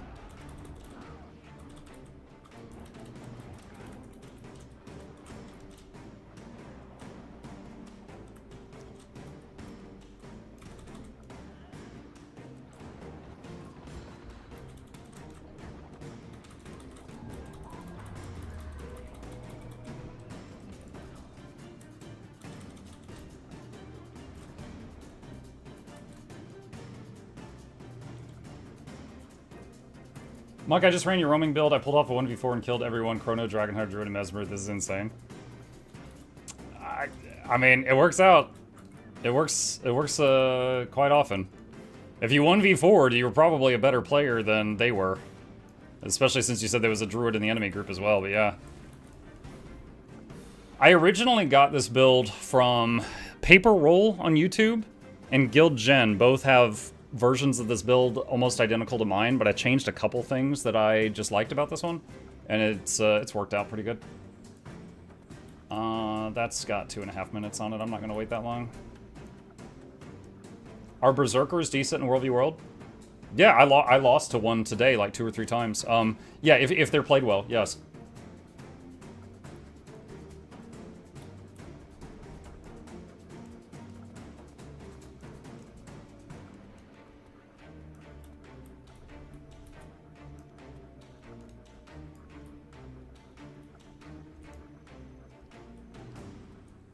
All right.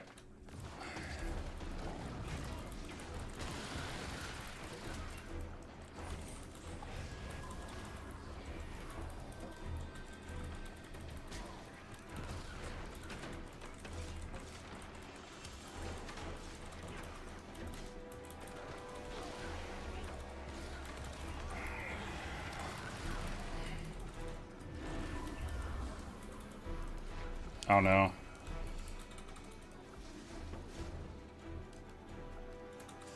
Ugh. Oh, someone else showed up. I got one of them down, but it's taking too much damage. Scourge. First Scourge I've seen in World v World in a bit.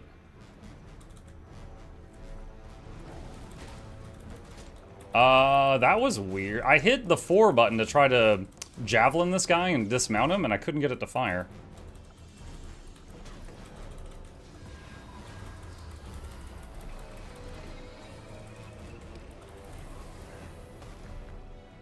He might be right there.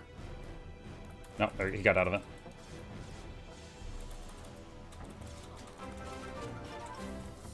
Alright, Daredevil, I can't catch you. Are you staying here, or are you running away?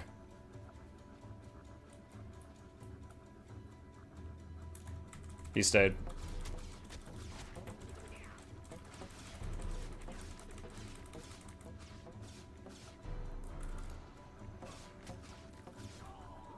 Hey! Rank 565. Who is that? Mirel! Thank you for the Prime. I really appreciate that. Thank you.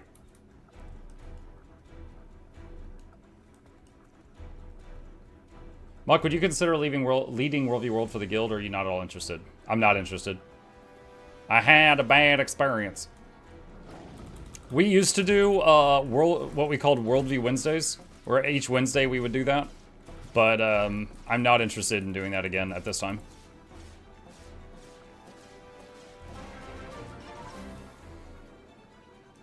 Who dat? Defone89, thank you also for the Prime. Appreciate that, it's a huge help.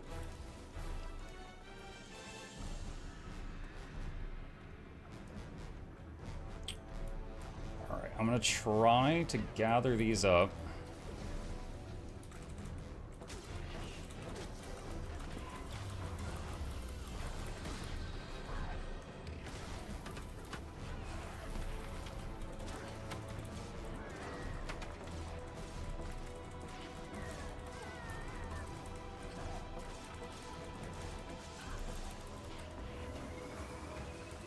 There's a red player coming.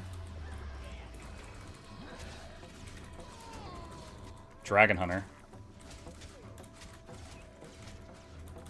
There's another one here. Don't know what he is yet. Virtuoso.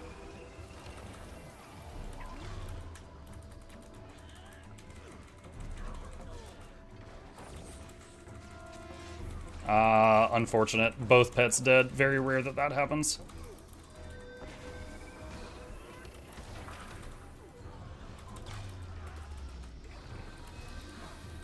Okay, one down. I'm going to use Entangle just to help, basically cleave. Oh, who is hitting me right now?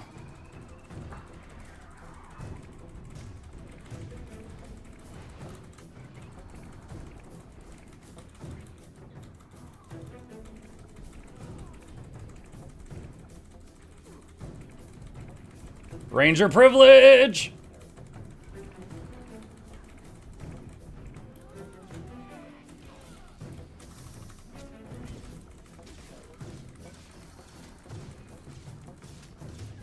Yeah, boy.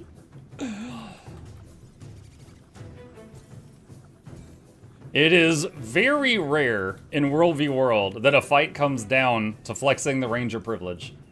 But by God, that was one of them.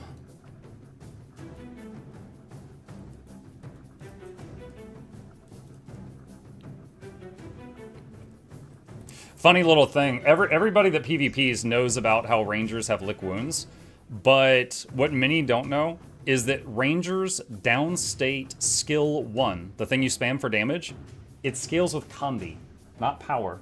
So if you're a Power Ranger, your 1 spam does like no damage at all. But if you're Condi, it can actually kill someone.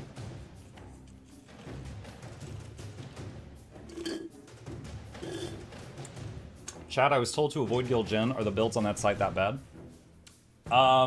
Many of my builds are on that site, so I'm gonna say no. Guild Gen is a website that is, most of the builds on there are uploaded by either Jen herself or Valen. Snowcrows is uploaded by the people from the Snowcrows Discord. MetaBattle uploads stuff from anyone. And if you ever are looking at a build on any of these websites and you're not really sure about it, look at the comment section. Like, look at the comment section. If the comments is people saying, like, this build is terrible, I tried it, it sucks, okay, then maybe it's bad. But, you know, I haven't tried every single build on there, but most of them are viable enough for what they say they do. But no, many of my own builds are on the GuildGen website, so I don't have a problem with it.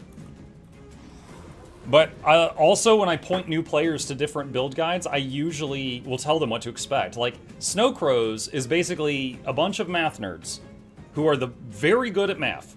Will be like, this is how to get the top damage possible beating on a dummy under perfect conditions. Okay. The GuildGen ones and the MetaBattle ones are more for, you know, the more average player. Myself included in that. And they'll be like, oh yeah, you know, this might not be the top damage possible, but this is a very good build that can get this job done. GuildGen sometimes has outdated builds. Again, you can check the comment section, you can check the upload date, same with the other websites. I mean, Hardstuck hasn't updated their builds in like 2 years or something. So, yeah, I mean, just look at, like, the build I was playing in World v World all day today was on GuildGen. So, I would say just take it as a case-by-case basis. Look at the upload date, look at the comments, see what they say, and then, you know, try it out.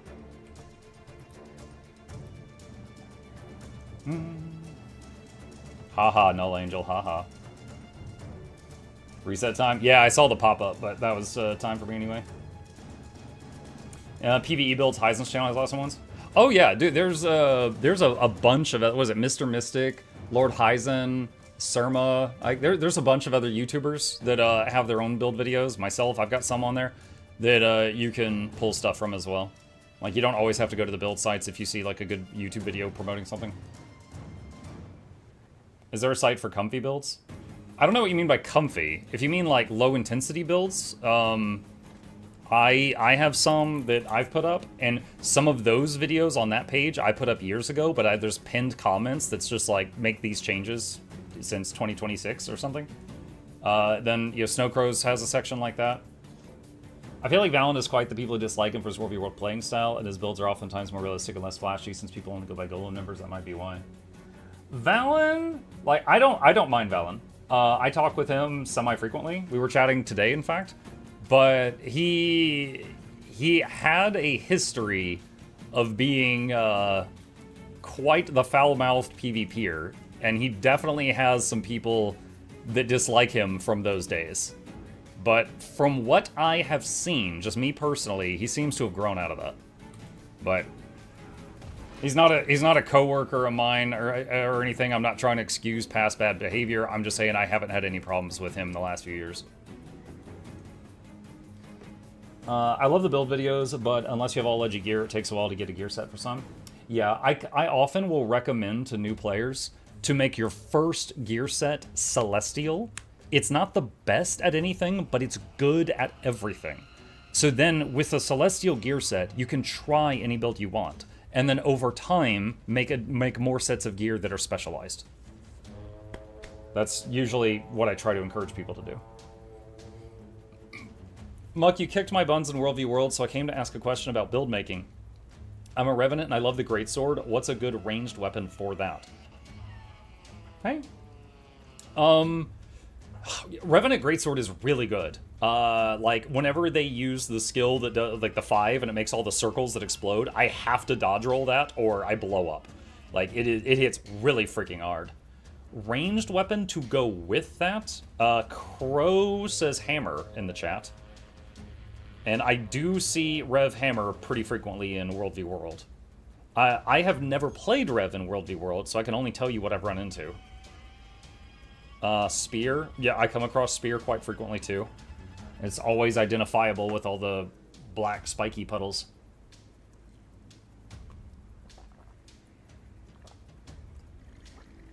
Exotic and Ascended does just as good as Leggy if you can handle yourself better. Yeah. Well, keep in mind, Legendary has the same stats as Ascended. It's just Legendary, you can swap the stats whenever you're out of combat, and it's flashy, and it looks nice. So.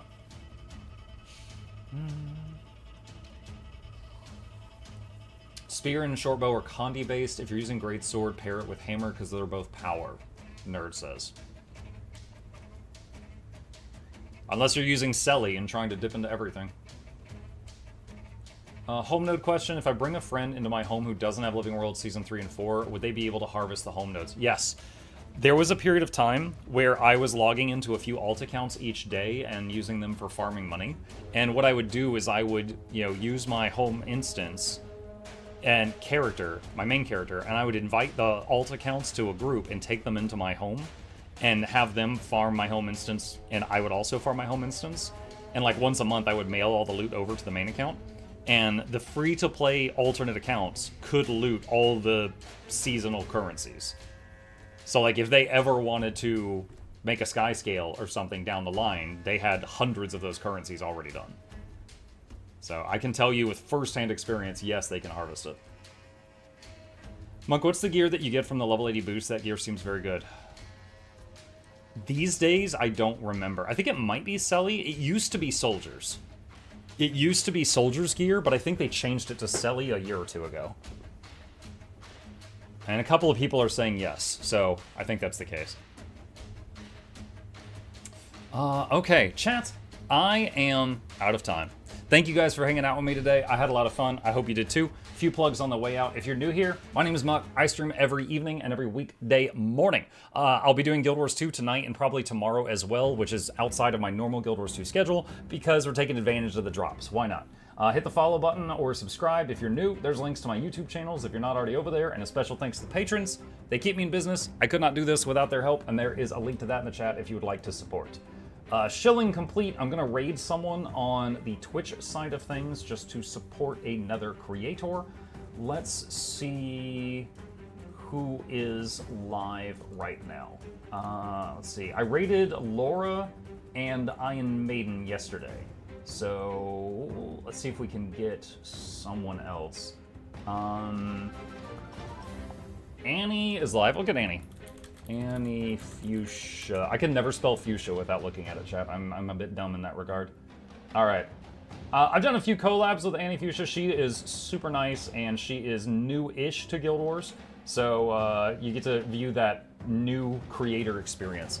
I'll see you guys over there. You guys have a great one. I will be back tonight on the NA servers.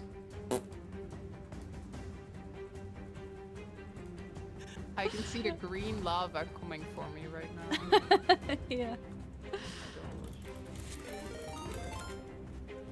Whoa. Oh, Mukluk, thank you